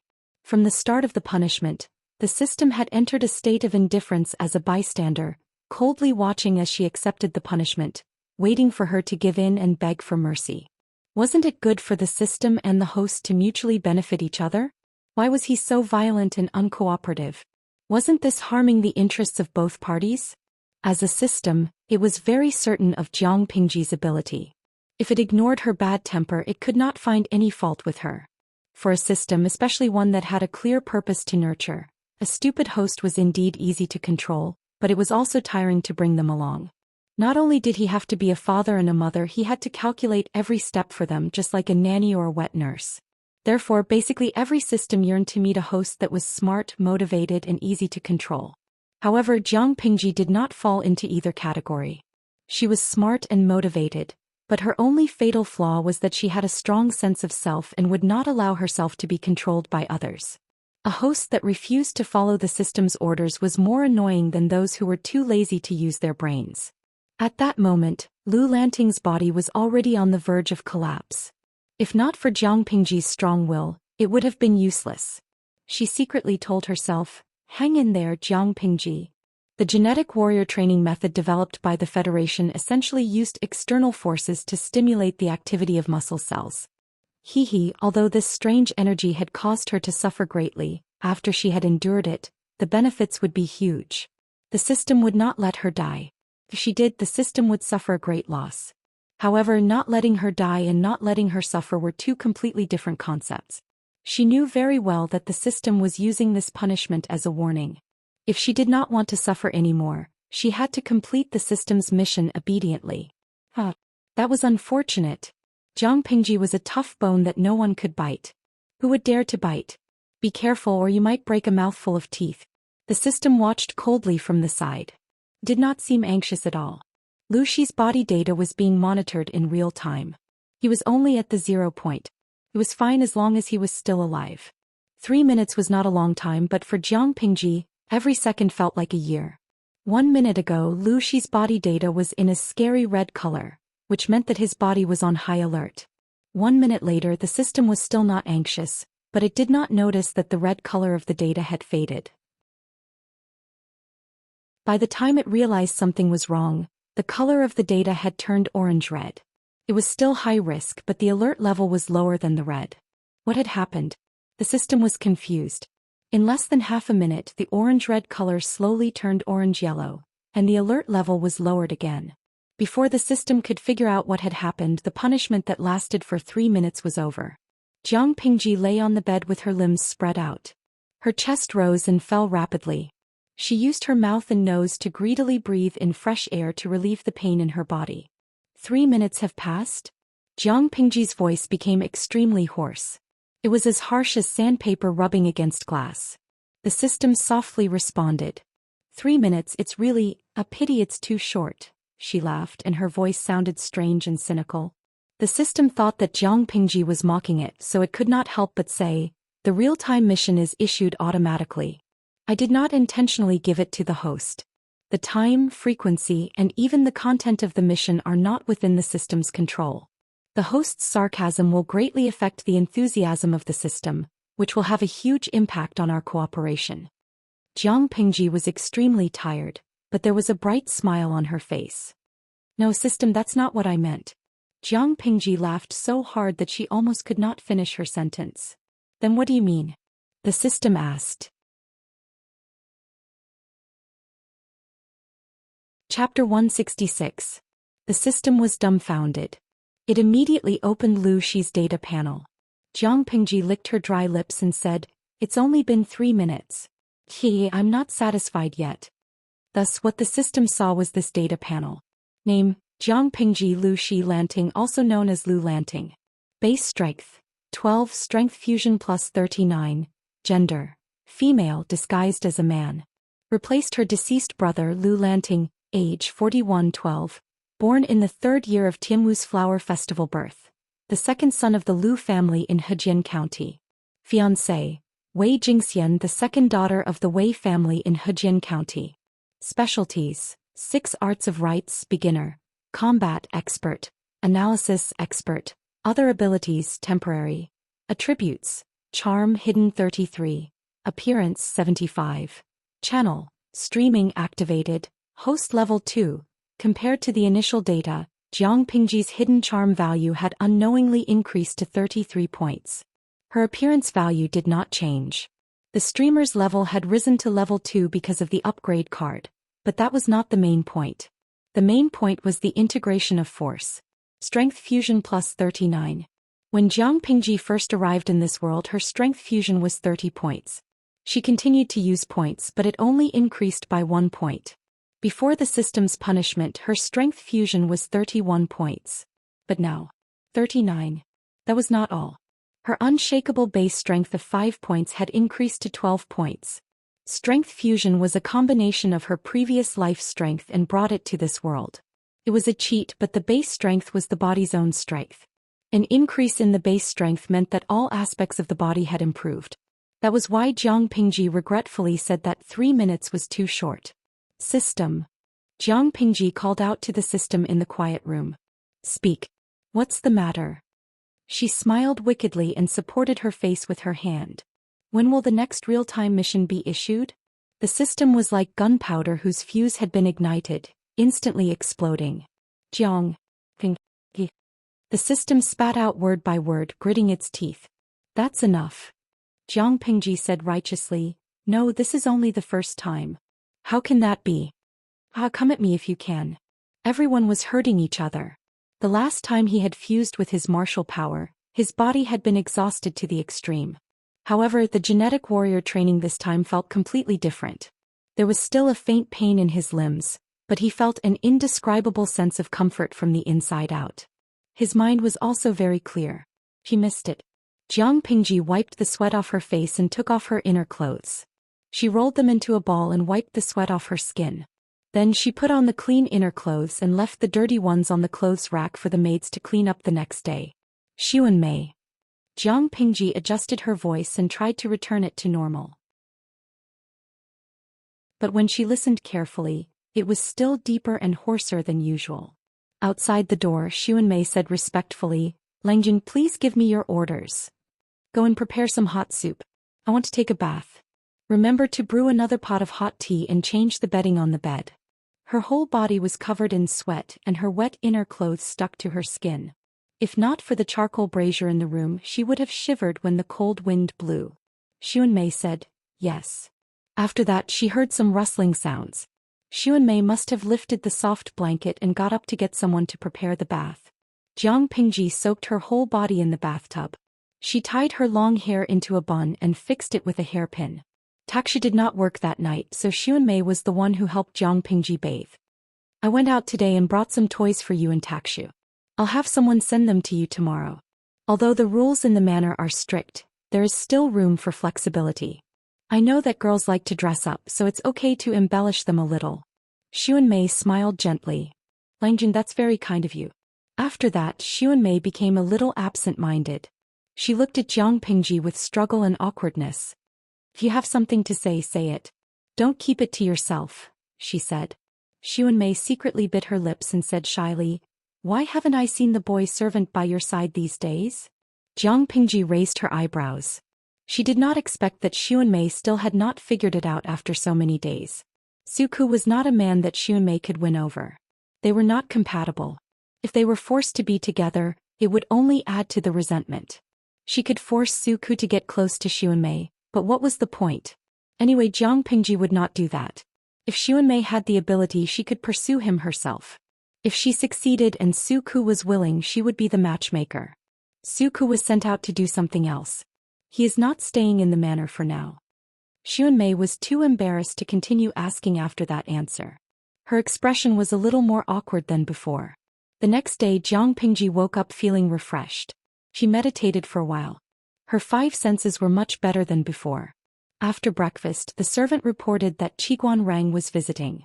What a rare guest. Jiang Pingji smiled and teased him. I thought that Mr. Wei would not come. According to Wenjing's temperament, he would not take the initiative to visit. Qiguan Rang was born in a poor family. Because he was of mixed blood, it was easy for others to despise him and curse him as a bastard. To reduce such humiliation under normal circumstances, he would not take the initiative to visit his friends from the gentry clan to avoid attracting criticism. But at that moment he was not in the mood to respond to Jiang Pingji's teasing. As soon as he sat down, the first thing he said was, "Why did you act so impatiently?" Jiang Pingji was not surprised at all. It's a once-in-a-lifetime opportunity. Last night was a good opportunity. Not only could I get the Lu Manor out of this, but I could also trick Meng Liang. I also made a small fortune. Jiang Pingji smiled and her eyes curved. I guess what happened last night has spread far and wide. According to Meng Hun's ability, they will know about Meng Liang by the afternoon. Do you think we should wait for him tonight? Wait for him? Who was the rabbit? Needless to say, it was Meng Hun. How can you be sure it's tonight? Qiguan Rang asked. Jiang Pingji said, if not tonight, should we wait for a few days?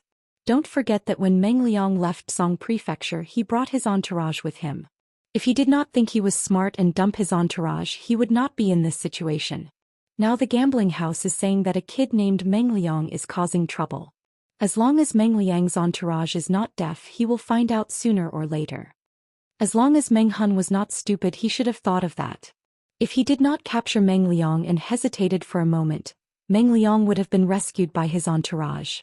Qiguan Rang said unhappily, it seems like everything is still within your calculations. But, didn't they agree yesterday to take their time and plan things out slowly? Why did she do all this after one night? Awful. She almost ruined the good situation. Fortunately, she knew what she was doing and she had a corresponding plan to deal with the sudden changes in her actions. The pace was a bit fast, but as long as the final result was the same as expected, he would turn a blind eye. Chapter 167. Move faster. Otherwise it will really fly away. Qiguan Rang tapped his feather fan on his knee. His expression was serious, as if he was thinking about something serious. If Meng Hun really kidnaps Meng Liang tonight, what are you going to do? In other words, what excuse could Jiang Pingji use to appear in front of Meng Hun without arousing his suspicion? Jiang Pingji was prepared for that. As you know, Meng Hun already knows where Meng Liang is. He also knows that Meng Liang is in the Lu residence. From his point of view, Meng Liang has a close relationship with the Lu mansion. Since that's the case, I'll use the excuse that Lady Cousin is capricious and sneaked out of the mansion to play. She didn't return for the whole night. The Lu mansion was anxious and sent people out to look for her. Coincidentally, they bumped into Meng Hun's group. Isn't that good? Using rescuing Meng Liang as an excuse, he would secretly help Meng Hun take Meng Liang away without arousing the slightest suspicion. After hearing this, Qiguan Rang's thin lips, which had always been tightly pursed, could not help but twitch. As shameless as he was, sometimes he had to admire Jiang Pingji, who was even more shameless and proud of it. He also pitied Meng Liang. Being schemed against by the person in front of him once wasn't enough. In such a short period of time he was schemed against again and again. In the end he was even being squeezed out of his final value. Jiang Pingji said, "Tonight let's wait for a good show. Wenjing, do you want to come? We've reserved the best seat for you." Qiguan Rang rejected him mercilessly. He said expressionlessly, "No, I'm old and tired. I don't want to torment myself." Compared to jumping up and down without any peace, he preferred to squat comfortably in one place. He didn't want excitement, only stability. "That's a pity." Jiang Pingji picked up the teacup and took a sip.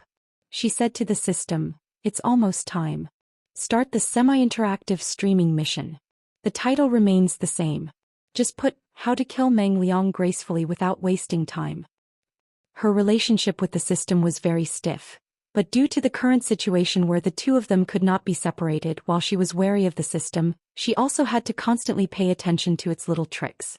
She tried her best to take the initiative and control the rhythm of the situation so as to prevent the situation from getting out of control. The system wanted to throw a tantrum, but its job was to live stream. If Jiang Pingji really did not live stream, its losses would be incalculable. He could go against anything, but there was no need to go against the popularity points. Therefore, when Jiang Pingji suggested starting a semi-interactive live stream mode and entering the main topic of the mission, it reacted immediately. Tens of thousands of viewers flooded into the livestream room in an instant. Countless bullet comments flew across the virtual screen. "Chun Lai, I was so worried. I waited for a long time yesterday, but the host didn't start her live stream. I thought she wouldn't do it again. Ian, I'm also worried +1. This is the first time I've heard about this live stream room. Yesterday I came to watch the live stream after being recommended by my roommate, but I found that the live stream room wasn't open at all. I thought something had happened to the host and she couldn't start the live stream." Dashu Xiaobing. "Although I'm quite worried considering the uniqueness of the host's live broadcast room, it's good enough that she can broadcast live.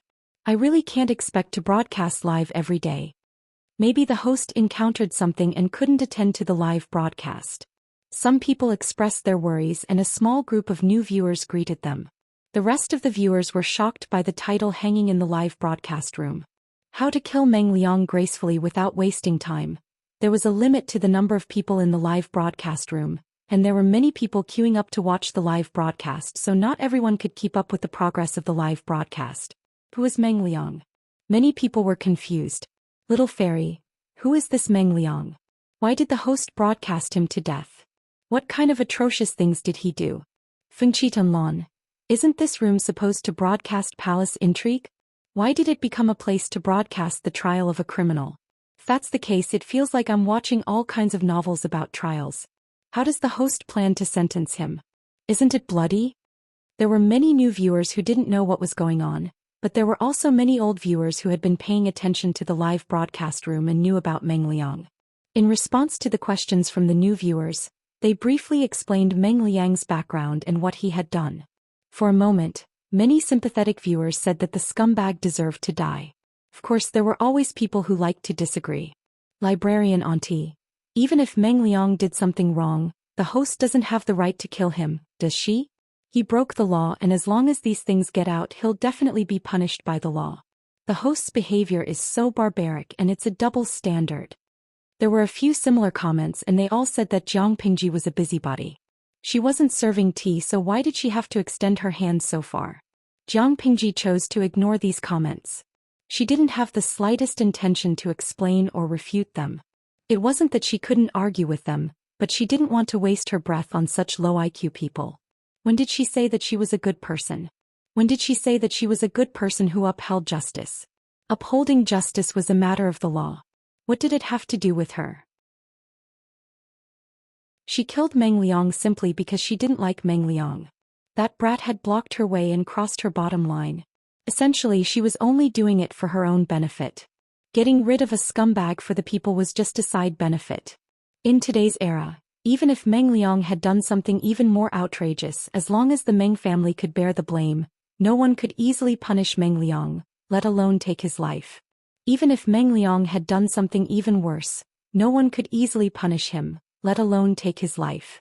In an era where the law was unclear, the social classes were clearly defined, and the people were ignorant, the law was bullshit. Zhenzhenda Jiangshan Ruhua. The streamer has no morals. If you want to find truth, kindness and beauty here, don't come in. It hurts your eyes. Jiang Pingji had no intention of completing the task. Instead, she practiced her calligraphy for a while. She analyzed the current situation with Qiguan Rang and exchanged their opinions. There was no bloody scene at all as they had expected. Host V. The main content of the live stream starts at night. It's a dark and windy night, so it's time for the Easter egg. A string of 666666666 popped up on the bullet screen. Zhenzhenda Jiangshan Ruhua. My streamer, you're amazing.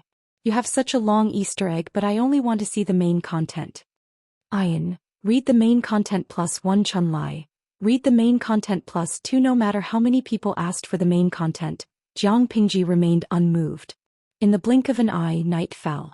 Jiang Pingji temporarily turned off the live stream and changed into a black outfit that was convenient for her to move around at night. She raised her hand and pulled the black mask over her face, covering most of her face. County Chief, do you think the news is true? Didn't you say that the bastard was hiding in the loos? The person who spoke was trembling, afraid that it was a trap for them. After all, Meng Liang had been crazy for a long time. Meng Liang has been hiding in the loos. We have nowhere to go. Meng Hun's eyes flashed with a hint of hatred. Whether it's true or not, we have to go. If we miss this opportunity, it'll be hard to take his life in the future. Someone else was worried. County Chief, what if it's a trap? Meng Hun snorted and casually said, Is Meng Liang that smart? Everyone was speechless.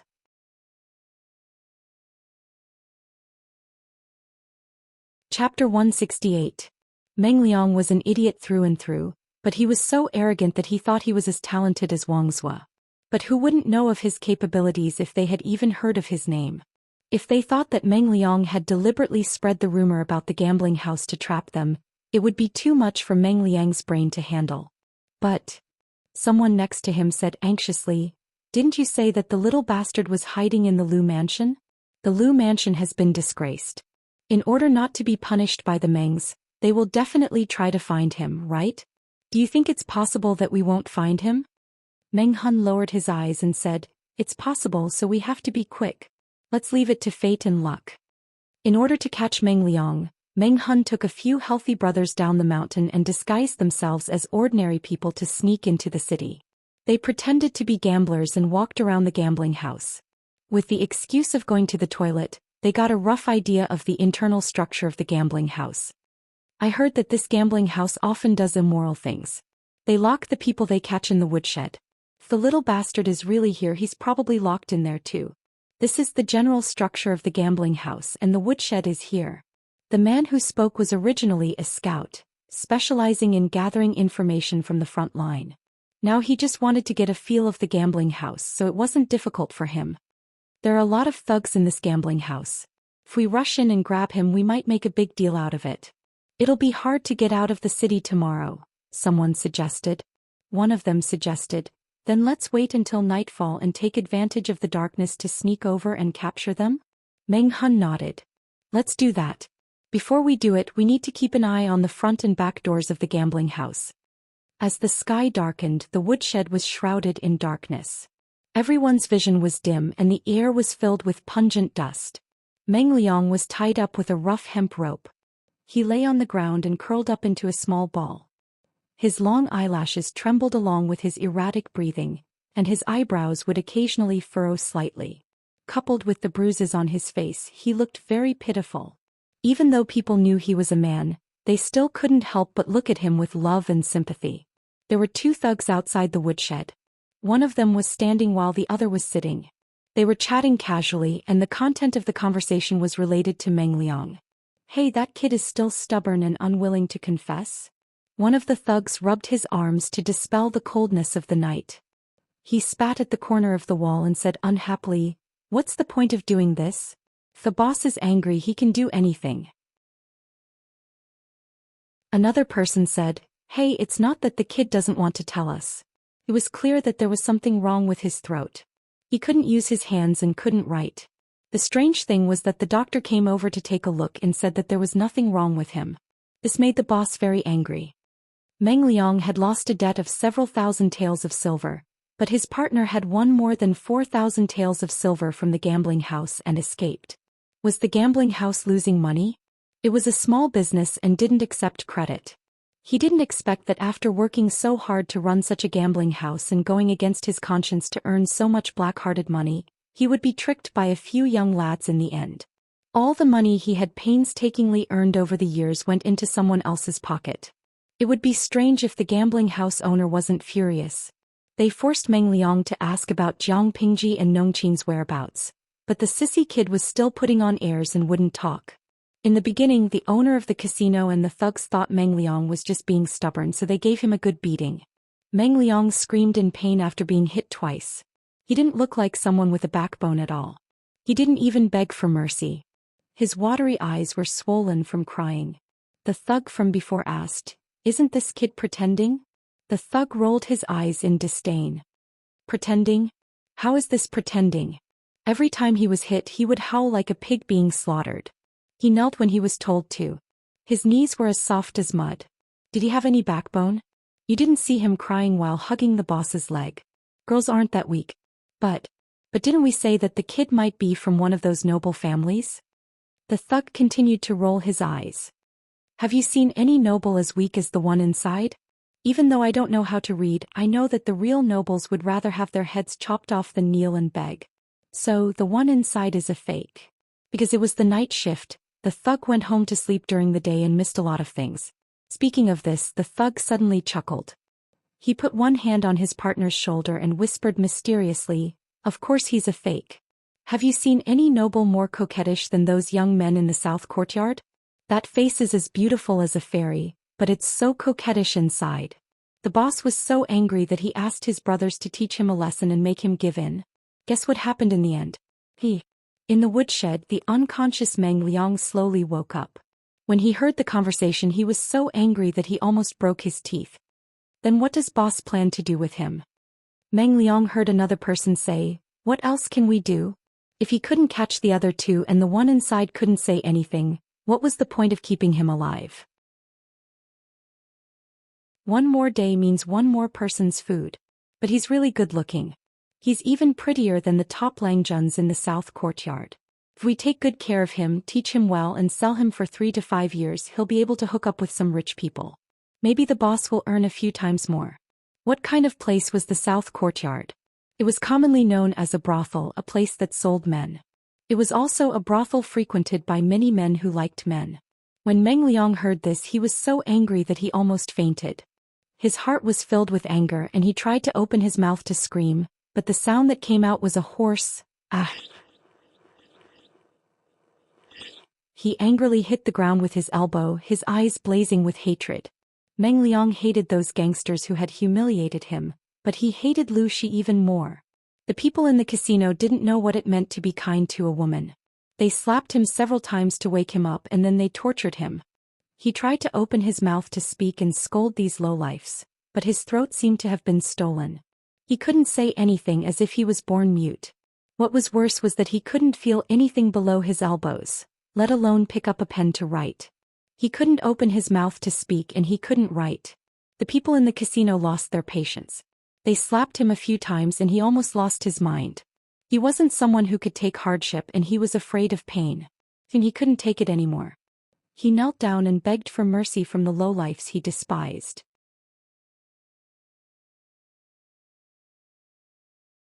Chapter 169.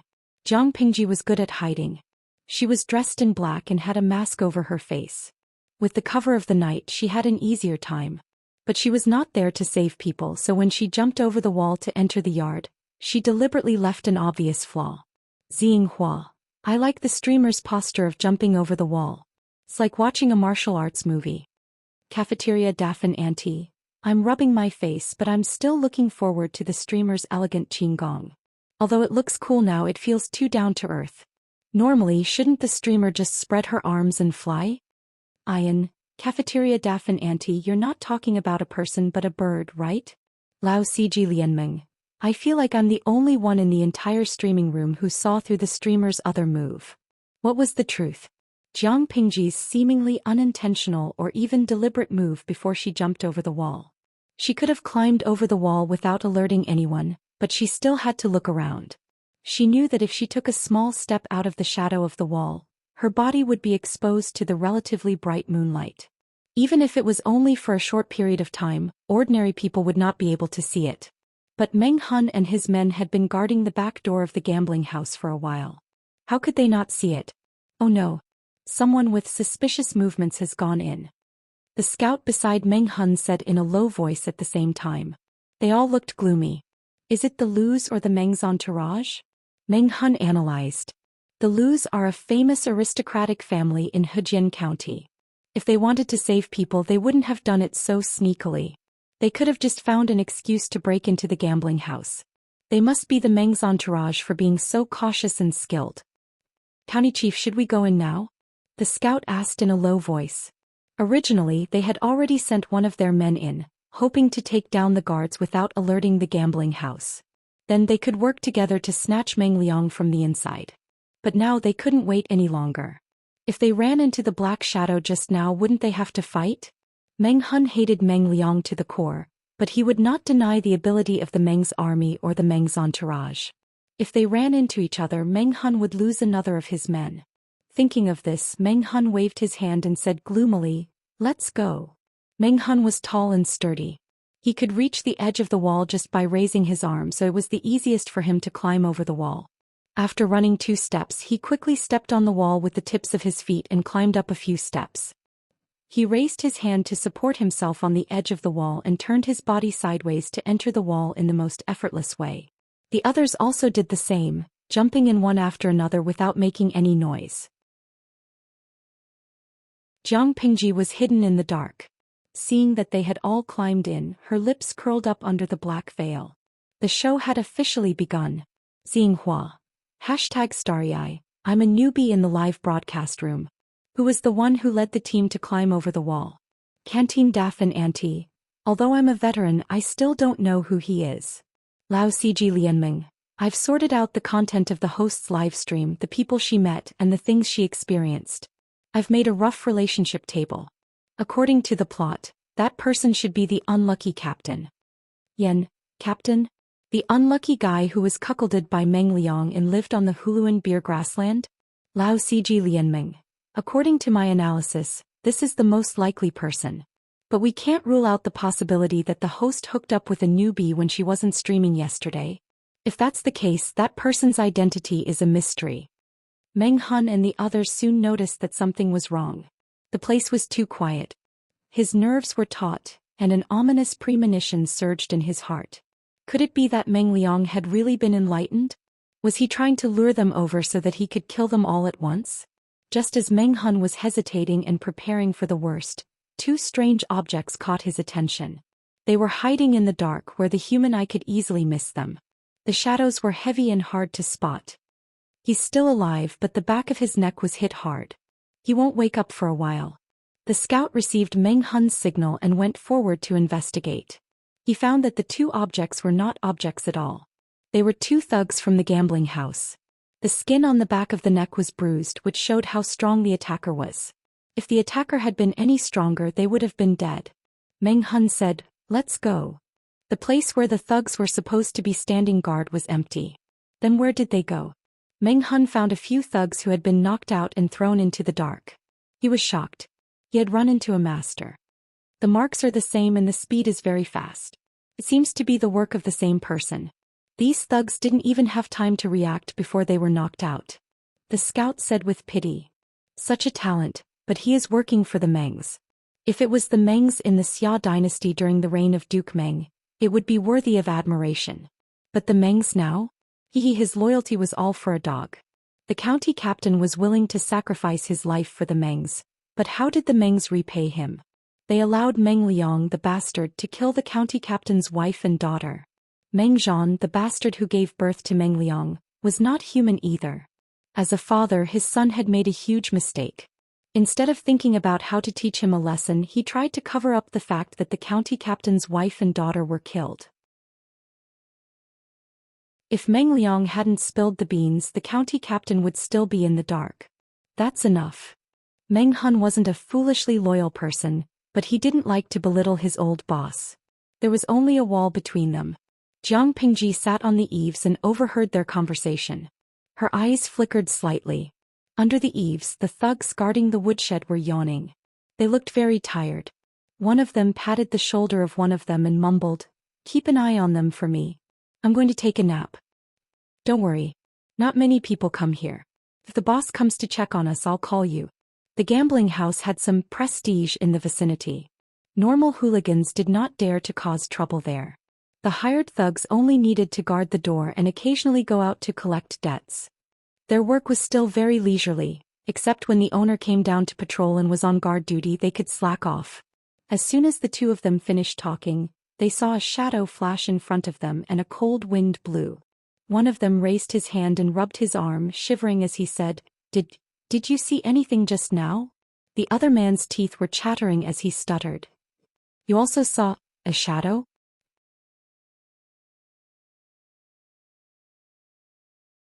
Chapter 170. They didn't have to be afraid of ghosts knocking on their door if they didn't do anything shameful. But did they dare to promise that they hadn't done anything shameful? Instead of saying that they saw a ghost, it was more accurate to say that there was a ghost living in their hearts. While they were panicking, the back of their necks suddenly suffered an unspeakable blow. In the next second, the pain spread throughout their bodies. Their eyes were filled with darkness. Before they could open their mouths, their eyelids felt as heavy as lead. It was as if the world had been turned upside down. Before they could even realize that they were dizzy, their consciousness had already sunk into darkness. Thud. It was the dull sound of a heavy object falling to the ground. Jiang Pingji was hanging upside down on the eaves. She used strength from her waist to climb up the eaves. She loosened her legs and landed easily. Jiang Pingji kicked the two unconscious thugs to the side. She skillfully removed all the door handles from the door. She pushed the wooden door open and clearly saw Meng Liang curled up on the ground. Meng Liang was also awake, but the anxiety and fear in his heart had reached its peak. When the wooden door was opened, the cold wind from outside poured in. His skin shivered and he had goosebumps. With the dim moonlight outside, Meng Liang could barely see the figure of the person. He was delighted, thinking that it was his entourage who had come to rescue him. He regained his usual arrogance and showed an angry face to Jiang Pingji. Although he could only make vague sounds, it was obvious from his angry tone that the words he wanted to say were not pleasant to the ear. Jiang Pingji's eyes showed concern. She was not angry at Meng Liang's attitude at all. Just as she was about to go forward and untie the ropes on his hands and feet, a gust of cold wind blew behind her. The audience in the streaming room all screamed. The bullet screen was filled with reminders, afraid that Jiang Pingji would be ambushed and hurt. "Dashu Xiaobing. There's someone behind you." As the cold wind blew, Jiang Pingji bent over and touched the knot of the ropes with her fingertips. Seeing that Jiang Pingji was about to be stabbed in the back, she suddenly moved sideways. The sharp blade did not hit her but Meng Liang's arm. Blood splashed everywhere. Meng Liang felt the pain and opened his mouth to let out a strange and hoarse howl. Meng Hun and his comrades fought together, so they had a tacit understanding of each other. Even without any verbal communication, the others already knew what Meng Hun was planning. Meng Hun understood. Meng Hun entangled Jiang Pingji so that she would not have the time to worry about Meng Liang. The others took advantage of the chaos to kidnap Meng Liang. The people in the live streaming room were in an uproar. "Yu Yecheng, F***Z one more? How shameless. Hit me if you don't like it. Be careful, streamer. These people are trying to kidnap Meng Liang. Liuezi Sando. Streamer, I'll give him a kick to end his family line. How dare he beat me up." The viewers in the streaming room were so anxious that they wished they could smash their keyboards and climb into the screen to help Jiang Pingji. Even though they were all weaklings, they were still very strong. Do you believe that a MT tie-crushing top could smash someone until their spleen bled? Meng Hun thought that Jiang Pingji was a member of the Mengs, so he didn't kill her for the sake of their old friendship. But the fact was that Meng Hun couldn't beat Jiang Pingji even if he tried his best. Now that he was showing mercy, he couldn't do anything to her. While dodging Meng Hun's knife, Jiang Pingji also stopped others from trying to kidnap Meng Liang. Meng Liang, who was the target of the two sides, had already put away his arrogance. He tried to shrink his neck, afraid that Meng Hun's knife would fall on him. That knife really hurt. He didn't know how much blood he had lost. When he was safe, he would punish the squire who had come to save him. The Mengs didn't feed useless people. They had given him food and shelter for so many years, but in the end he couldn't even protect him and got injured. What was the point of keeping such useless people? He wouldn't be grateful for the squire who had risked his life to save him because it was his duty. If he did well, he wouldn't be rewarded. If he didn't do well, he would be punished. The Mengs fed them, so their lives belonged to the Mengs. Not only did they fail to protect him, but they also got him injured. Meng Hun was entangled with Jiang Pingji, but he was from the army. The so-called martial arts were used to kill enemies. His moves were big and quick, so it was easy for him to be at a disadvantage when he met someone who was agile. He showed mercy to Jiang Pingji, so he couldn't keep her busy. It wasn't a good idea to continue like this. Jiang Pingji thought about it and deliberately showed an opening. She took out a pile of firewood in the woodshed and pretended to attack Meng Hun's companion. Meng Hun saw that and chose to protect his companion without thinking. But the next second he thought, oh no. His wrist holding the knife was hit hard and his arm went numb. He couldn't help but let go of the knife, and it was instantly taken away by the man in black. Almost at the same time, his knees were attacked and he subconsciously bent his knees. He was in a half-kneeling position. His arms were locked behind his back and his shoulders were still heavy. He tried to stand up, but he couldn't. Don't move. If you move, his neck will be in danger. Jiang Pingji held the knife against Meng Hun's neck, and Meng Liang had been taken by someone else. The two sides were in a stalemate. I dare you to move. Meng Hun's companion was anxious, afraid that the man in black would kill Meng Hun. Oh, why wouldn't I dare? Those who can threaten me in this world are either dead or haven't been born yet. Jiang Pingji didn't try to cover her voice, so there were two people who couldn't stay calm. One was Meng Liang. He thought the man in black was a member of the Mengs who came to rescue him. The other was Meng Hun. He had good hearing and memory, so he naturally remembered who the voice belonged to. He suddenly felt indescribably nervous. Jiang Pingji seemed to have noticed Meng Hun's abnormality. She raised her eyebrows and asked, "Who are you guys?"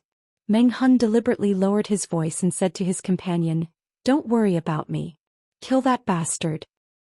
"How can I do that? I can't do that." Meng Hun could be ruthless, but for these people the lives of thousands of Meng Liang were worth less than a toe of Meng Hun's. The two sides were in a stalemate. Jiang Pingji had to helplessly shake her head. She restrained Meng Hun and tried to communicate with them. "I don't know why you guys are so determined to take my cousin's life. She is just a girl who rarely leaves her house. How could she make you guys hate her so much? Please think twice. If it's a misunderstanding, I will apologize for my cousin." Meng Hun's eyes darkened. This young man with extraordinary skills was indeed Lu Shi, the Langjun from that day. He asked, "This is a man. How could he be your cousin?"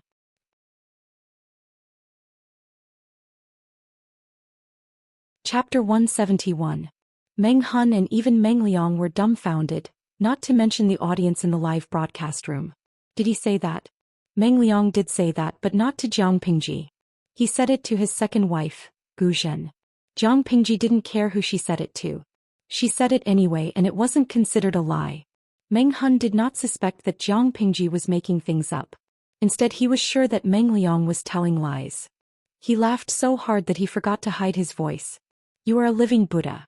How could you be blinded by such a villain?" Jiang Pingji suddenly remembered something when she heard the familiar voice. She turned Meng Hun's face to take a closer look. Then she showed an angry expression. She asked in a low voice, "How could it be you?" Meng Hun did not answer. Instead he asked, "How did this bastard frame me? Why would I want to frame him? And what would I use to frame Meng Liang? Wasn't this bastard responsible for the death of my wife and daughter? How dare he lie to me?" Jiang Pingji looked at Meng Liang coldly and then at Meng Hun, who was full of hatred. She was hesitant. At this moment, a series of footsteps came from outside. Everyone in the woodshed tensed up. Jiang Pingji had no choice but to take a deep breath and say in a stiff voice, "We can't stay here for long. Let's go somewhere else." Even so, she did not let go of the knife that was pointed at Meng Hun's neck. Meng Hun's subordinates did not dare to act rashly. Meng Liang's brain was not good, but his intuition was not bad. Whether it was Meng Hun on the left who had killed his wife and daughter, or Liu Xi on the right who had deliberately set him up and humiliated him in the gambling house, both of them were black-hearted and had no good intentions towards him. Unfortunately, he could not speak or write. Otherwise, he would have seen through Liu Xi's disguise. "It's safe here. No one will come to disturb us for the time being. Now you have enough time to tell me the truth. I hate lies and betrayals." Her voice was cold as she said to Meng Hun, "Previously, I thought you were a desperate refugee who had to leave your homeland. Now that I think about it, it was just a trick you set up to get close to me and extract information, right?" Jiang Pingji hadn't streamed yesterday, so the viewers in the streaming room didn't know how good her acting skills were. They comforted her one after another. "Ian, host, don't cry. Don't be sad. The stinky man is too cunning. Cafeteria Daffin Auntie, poor streamer. She's been cheated. I feel like I've been F***ked. So I don't feel bad. Xian, yeah, don't feel bad. We will support you. Let this person go to hell." Apart from the naive audience and the newbies who didn't understand the situation, there was another group of people who had a different attitude. "Lao Cg Lianmeng. I'll bet one spicy stick that the streamer is cheating us. Nongfu Shangquan Yudiangshuan. Life is like a drama. It all depends on acting skills. After the last time, I no longer believe in the host's integrity."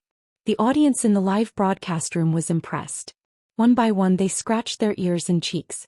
Some of them had seen through the truth, but most of them still sympathized with the streamer. Jiang Pingji accepted the sympathy generously, but she still had to show off her acting skills. Meng Hun pursed his lips and cupped his hands at her. "It's my fault. I wasn't honest with you. But this matter concerns the lives of my comrades, so I have to hide it. It doesn't matter if I die, but I'm afraid I won't be able to kill the enemy." Jiang Pingji loosened her grip on Meng Hun's neck. Meng Hun felt it and sighed in his heart. Liu Xi's Lang Jun was good at martial arts, but he was kind and soft-hearted. It was too easy for him to be taken advantage of. Jiang Pingji didn't seem to notice the change in Meng Hun's expression. She asked sternly, "You said my cousin." "No, my cousin was deceiving me. What's going on? Didn't you cause the war in Meng County and Song Prefecture? The war spread and many people suffered because of it." Meng Hun felt a pain in his heart. Jiang Pingji had evoked the worst memory in his heart. He didn't think too much at that time because he wanted to avenge his wife and daughter. He brought his brothers to rebel against the Mengs and burned down the county governor's manor. But he didn't expect the Mengs to be so short-sighted that they used the Mengs' army just to catch them. Meng Liang's evil deeds and the Mengs' exploitation of the common people had already caused a lot of resentment among the people. The Mengs' army exploited the merchants and the common people in the name of searching for Meng Hun and the others. It was called a search, but it was actually to loot the property of the innocent people and take their wives and daughters. The Mengs' army was no longer a famous and courageous army in the Xia dynasty. They were just a bunch of ruffians. Meng Hun rebelled against the Mengs. That was the fuse, but the real cause of the chaos in Meng County was the Mengs' army itself. But no matter what, the cause was Meng Hun. His lips trembled. "Although I don't know what kind of flowery words this bastard used to deceive you, I'm not a treacherous person. I've never done anything wrong to the Mengs, nor have I done anything wrong to the people of Meng County." Jiang Pingji's eyes wandered between Meng Liang and Meng Hun. Her eyes flickered as if she was thinking about whether their words were true or not. The others had heard about Jiang Pingji from Meng Hun, so they had a good impression of her. They did not act rashly. Jiang Pingji said, "If that's the case, why don't you tell me the truth from the beginning?" Meng Hun secretly heaved a sigh of relief. He knew that there was still room for negotiation. Not only was the young Lang Jun in front of him kind, but he could also tell right from wrong. "I'll have to start from a few months ago." Meng Hun took a deep breath and tried to calm himself down. Otherwise he was afraid that he would strangle Meng Liang. He had his own plans. Meng Liang, that bastard, had to die. Otherwise, how could he go to hell to see his wife and daughter? After Meng Liang's death, Shi could take his head to the Mengs and ask for an explanation. That way the Mengs would owe him a favor. At the same time he also hoped that Jiang Pingji could help his brother out for the sake of this. He did not care if he died, but he could not let his brothers die in vain. With that in mind, Meng Hun could barely calm down and tell the whole story. Although Meng Hun tried his best to calm down, his eyes were still red and tears were about to fall. The audience in the streaming room did not praise Meng Liang anymore. They all felt sorry for Meng Hun. It was a beautiful scene to see a delicate person crying in the wind. After watching it, one could only sigh and then feel nothing else. But Meng Hun was a 7-foot-tall man. His eyes were red because he was talking about something sad. The audience could see that he was trying his best to hold it in. His hands were clenched into fists. His knuckles were white and his eyes were fierce.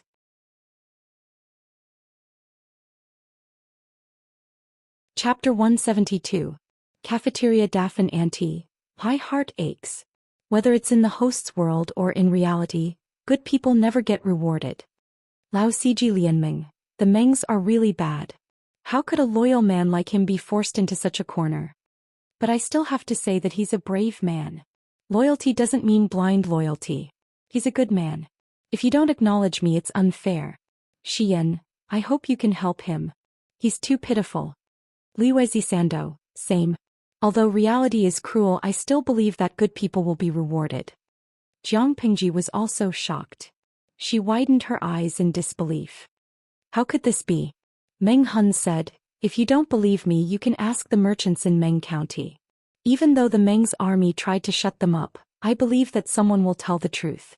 Even if you can't, you can ask about Meng Liang's reputation in Meng County. Jiang Pingji was hesitant. After a long time she said, although I sympathize with what you've been through, you know that the Mengs are one of the 4 noble families in Dongqing. Even the government is afraid of them. They can only worship them and don't dare to offend them.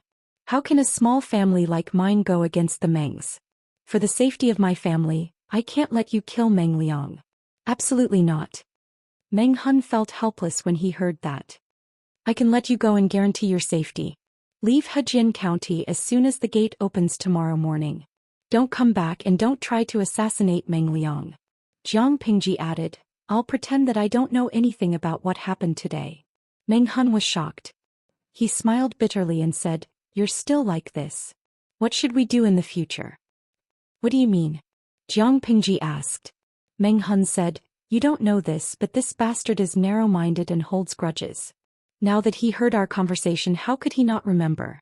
The young Lang Jun could pretend that nothing had happened tonight, but would he ever forget? If he gets out of danger and tells the Mengs some nonsense, I'm afraid that the Mengs will not only not thank you for saving their lives, but they will also attack the Lus. According to Meng Liang's character, it was highly possible that this would happen. Suddenly Jiang Pingji was in a dilemma. She said hesitantly, How is this possible? Meng Hun said flatly, why not? Meng Liang listened to the conversation between the 2 men who had different thoughts. He was extremely anxious, but his hands and feet were tied up and his life was in the hands of others. He couldn't make a sound and he couldn't defend himself. He was so anxious that he was about to die. Although he did not know why Lu Shi had framed him, he was clear about one thing. In Lu Shi's hands at least he had a way out. If Lu Shi was convinced by Meng Hun, he would be dead. Behave yourself or I'll pinch you to death. One of Meng Hun's henchmen kicked Meng Liang's thigh, and Meng Liang almost exploded as if someone had stepped on his tail. I'm afraid you don't know that the Meng family of Zhangzhou and the Lu family of Hejian used to have a grudge against each other. It's just that County Chief Lu, who is also Long Juan's father, has been cautious and tough all these years. That's why the Mengs didn't punish him. Meng Hun couldn't care less. He was afraid that Jiang Pingji would be stupid and release the tiger back into the mountains. The first lady of your family used to be the matriarch of the Mengs. What? Jiang Pingji was shocked and almost lost her composure. What nonsense are you talking about? How dare you tarnish my mother's reputation? Meng Hun swore, if I'm lying, I'll be struck by lightning and I'll be sent to hell after I die. I'll never have a good ending. Jiang Pingji calmed down a little after hearing that. She continued to ask, well, I'd like to hear what you have to say. Although Meng Hun hated Meng Liang, he didn't like to add fuel to the fire or take advantage of the situation. He just calmly told what he knew. If I remember correctly, the first lady of your family was the daughter of a concubine from the Gu family of Xianxia. She married Meng Zhan many years ago, but Meng Zhan spoiled his wife and neglected his concubine. He suspected that the first lady had an affair with another man, so he humiliated the first lady. He even beat and scolded the first lady's eldest son. Then they divorced, and a few years later, the first lady remarried County Chief Lu. No matter what kind of man he was, if the woman he abandoned found another man, he would definitely feel uncomfortable. Meng Zhan was even more narrow-minded. Meng Hun had been his guard for many years, so he often heard him curse after drinking. Meng Zhan still holds a grudge against the first lady's remarriage. If I let Meng Liang go back and say that I rebelled against the Mengs and was manipulated by the Lus, think about it. What will happen? Will the Mengs let go of your family? Although Meng Hun was an uncouth man, he was also meticulous and more meticulous than the average martial artist. He was also more rational. Jiang Pingji seemed to be persuaded by Meng Hun's words. She rubbed her eyebrows tiredly and asked, "Then what do you think we should do?" Meng Hun made up his mind. He knelt down and kowtowed to her. "Meng Liang must die. He's an ungrateful bastard. If we let him live, he'll bring disaster to you. If that's the case, I have a presumptuous request. I hope you can agree to it." Jiang Pingji moved sideways and helped Meng Hun up. "You're a man. How can you kneel just because you want to? Get up." Meng Hun's subordinates wanted to step forward, but Meng Hun refused. He looked stubborn. "Since my wife and daughter died, I've been living on hatred. Even if I fall into hell and never reincarnate, I'll drag this little bastard down with me. You're kind and I don't want to make things difficult for you. I just hope you can let me go and let me kill this bastard to avenge my wife and daughter. Then you can blame Meng Liang's death on me." Jiang Pingji's heart ached. She was about to stop him, but Meng Hun stubbornly interrupted her. "You have nothing to do with the bastard's death. Then you can cut off my head. That way you'll be able to explain yourself. I'm not afraid of death. I just hope you can have mercy on me and take care of my brothers after I die." After he finished, he kowtowed to her. His forehead hit the ground hard and made a sound that made people tremble. Jiang Pingji had planned all of that. Otherwise, why would she say she was evil? But after experiencing it, it was a different feeling. People with a sincere heart were often able to move people's hearts, including Jiang Pingji. She helped Meng Hun up with an irresistible force.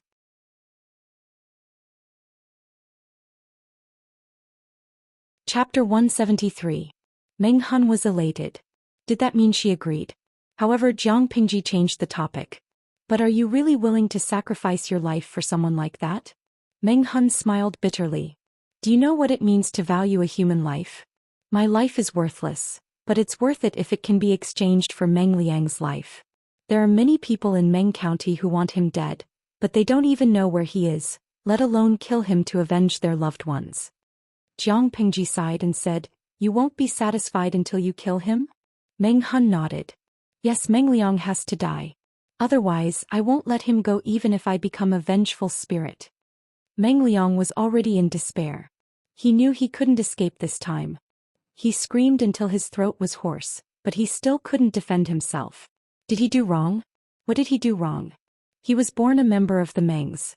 He was born to enjoy wealth and glory. So what if one or two of those peasants died? There was only one word to describe him: unrepentant. Jiang Pingji sighed. "Since you're so determined." Before Jiang Pingji could finish, Meng Hun's subordinates knelt down in unison. They all wanted to die for Meng Hun.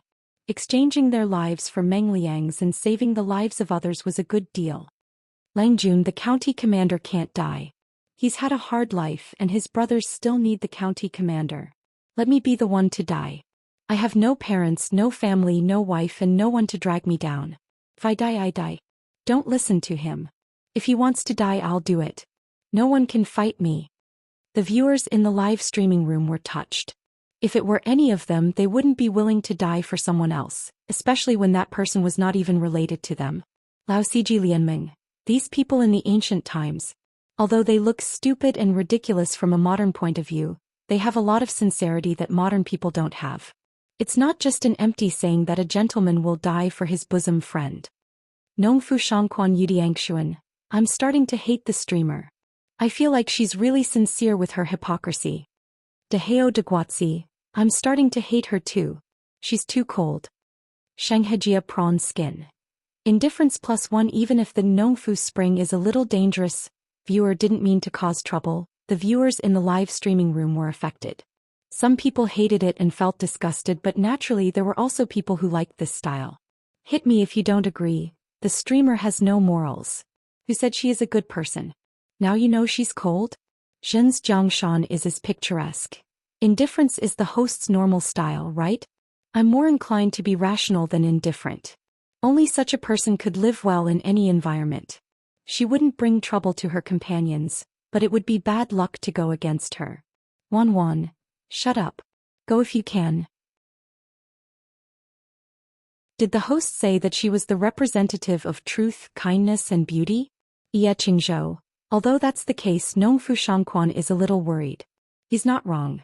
The streamer is indeed sincere in plotting against others with hypocrisy.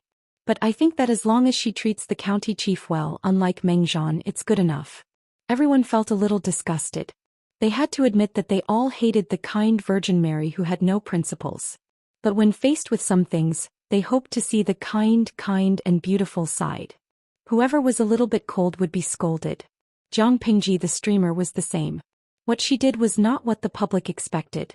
Naturally it would cause others to hate her. Lao Siji Lianming. Tis key.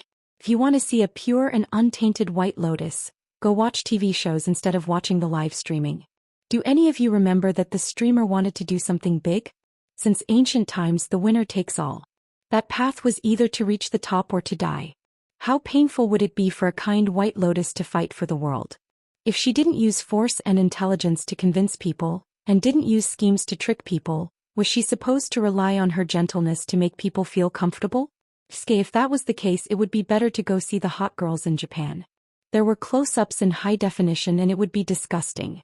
As for the streamer, she was flat-chested and had no figure. The bullet screen in the live streaming room didn't affect Jiang Pingji.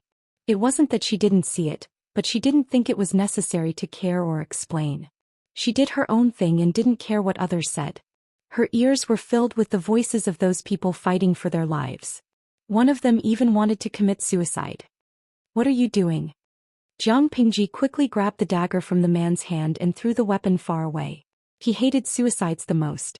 No matter what the original intention was, suicide was an act of cowardice. Get up, all of you. I have a way to deal with this. It's shameful for a man to fight for his life. Jiang Pingji said angrily. Her face was also angry. Obviously she was really angry. The man who wanted to commit suicide was watched closely by everyone to prevent him from doing something stupid again. They didn't care about the reprimand in Jiang Pingji's tone. Their focus was on the first sentence. She said angrily, I'm not doing this to save you, nor is it for anything else. I just want to protect my clan and retreat from this disaster. I don't care if you want to live or die. If you want to die, don't die in front of me. Before Meng Hun could speak, Meng Hun's comrade asked, Do you have any good ideas, Lang Jun? It's not a good idea, but it's better than what you're doing. Jiang Pingji said harshly, Meng Liang's behavior can't be left alive. I can hand him over to you. You can do whatever you want with him. But it's not that easy to protect all of you. The man said again, Lang Jun, we're listening. We'll do it no matter how hard it is. Meng Hun couldn't say anything. He was also the focus of his comrades' attention. They didn't want him to commit suicide. First of all, you have to bear the crime of kidnapping and killing Meng Liang. The man made a sound of doubt and said blankly, We should have killed him. Why would anyone fight for the crime? Jiang Pingji was speechless. To be honest, young man, you're kind of cute. She ignored the young man's words and continued, The Mengs won't give up after hearing the news. Meng Hun had something to say. Meng Zhan has always been suspicious of the first Longjuan's bloodline. He doesn't recognize him. He has hinted many times that he wants Meng Liang to inherit the clan. If Meng Liang dies, the first Langjun will be the heir of the Mengs. Meng Zhan doesn't want that to happen. If Meng Liang died, Meng Zhan might really explode. You're tuning in to the Zhou Xian's Legacy YouTube channel. Don't forget to subscribe and join us on this journey to catch the most captivating stories.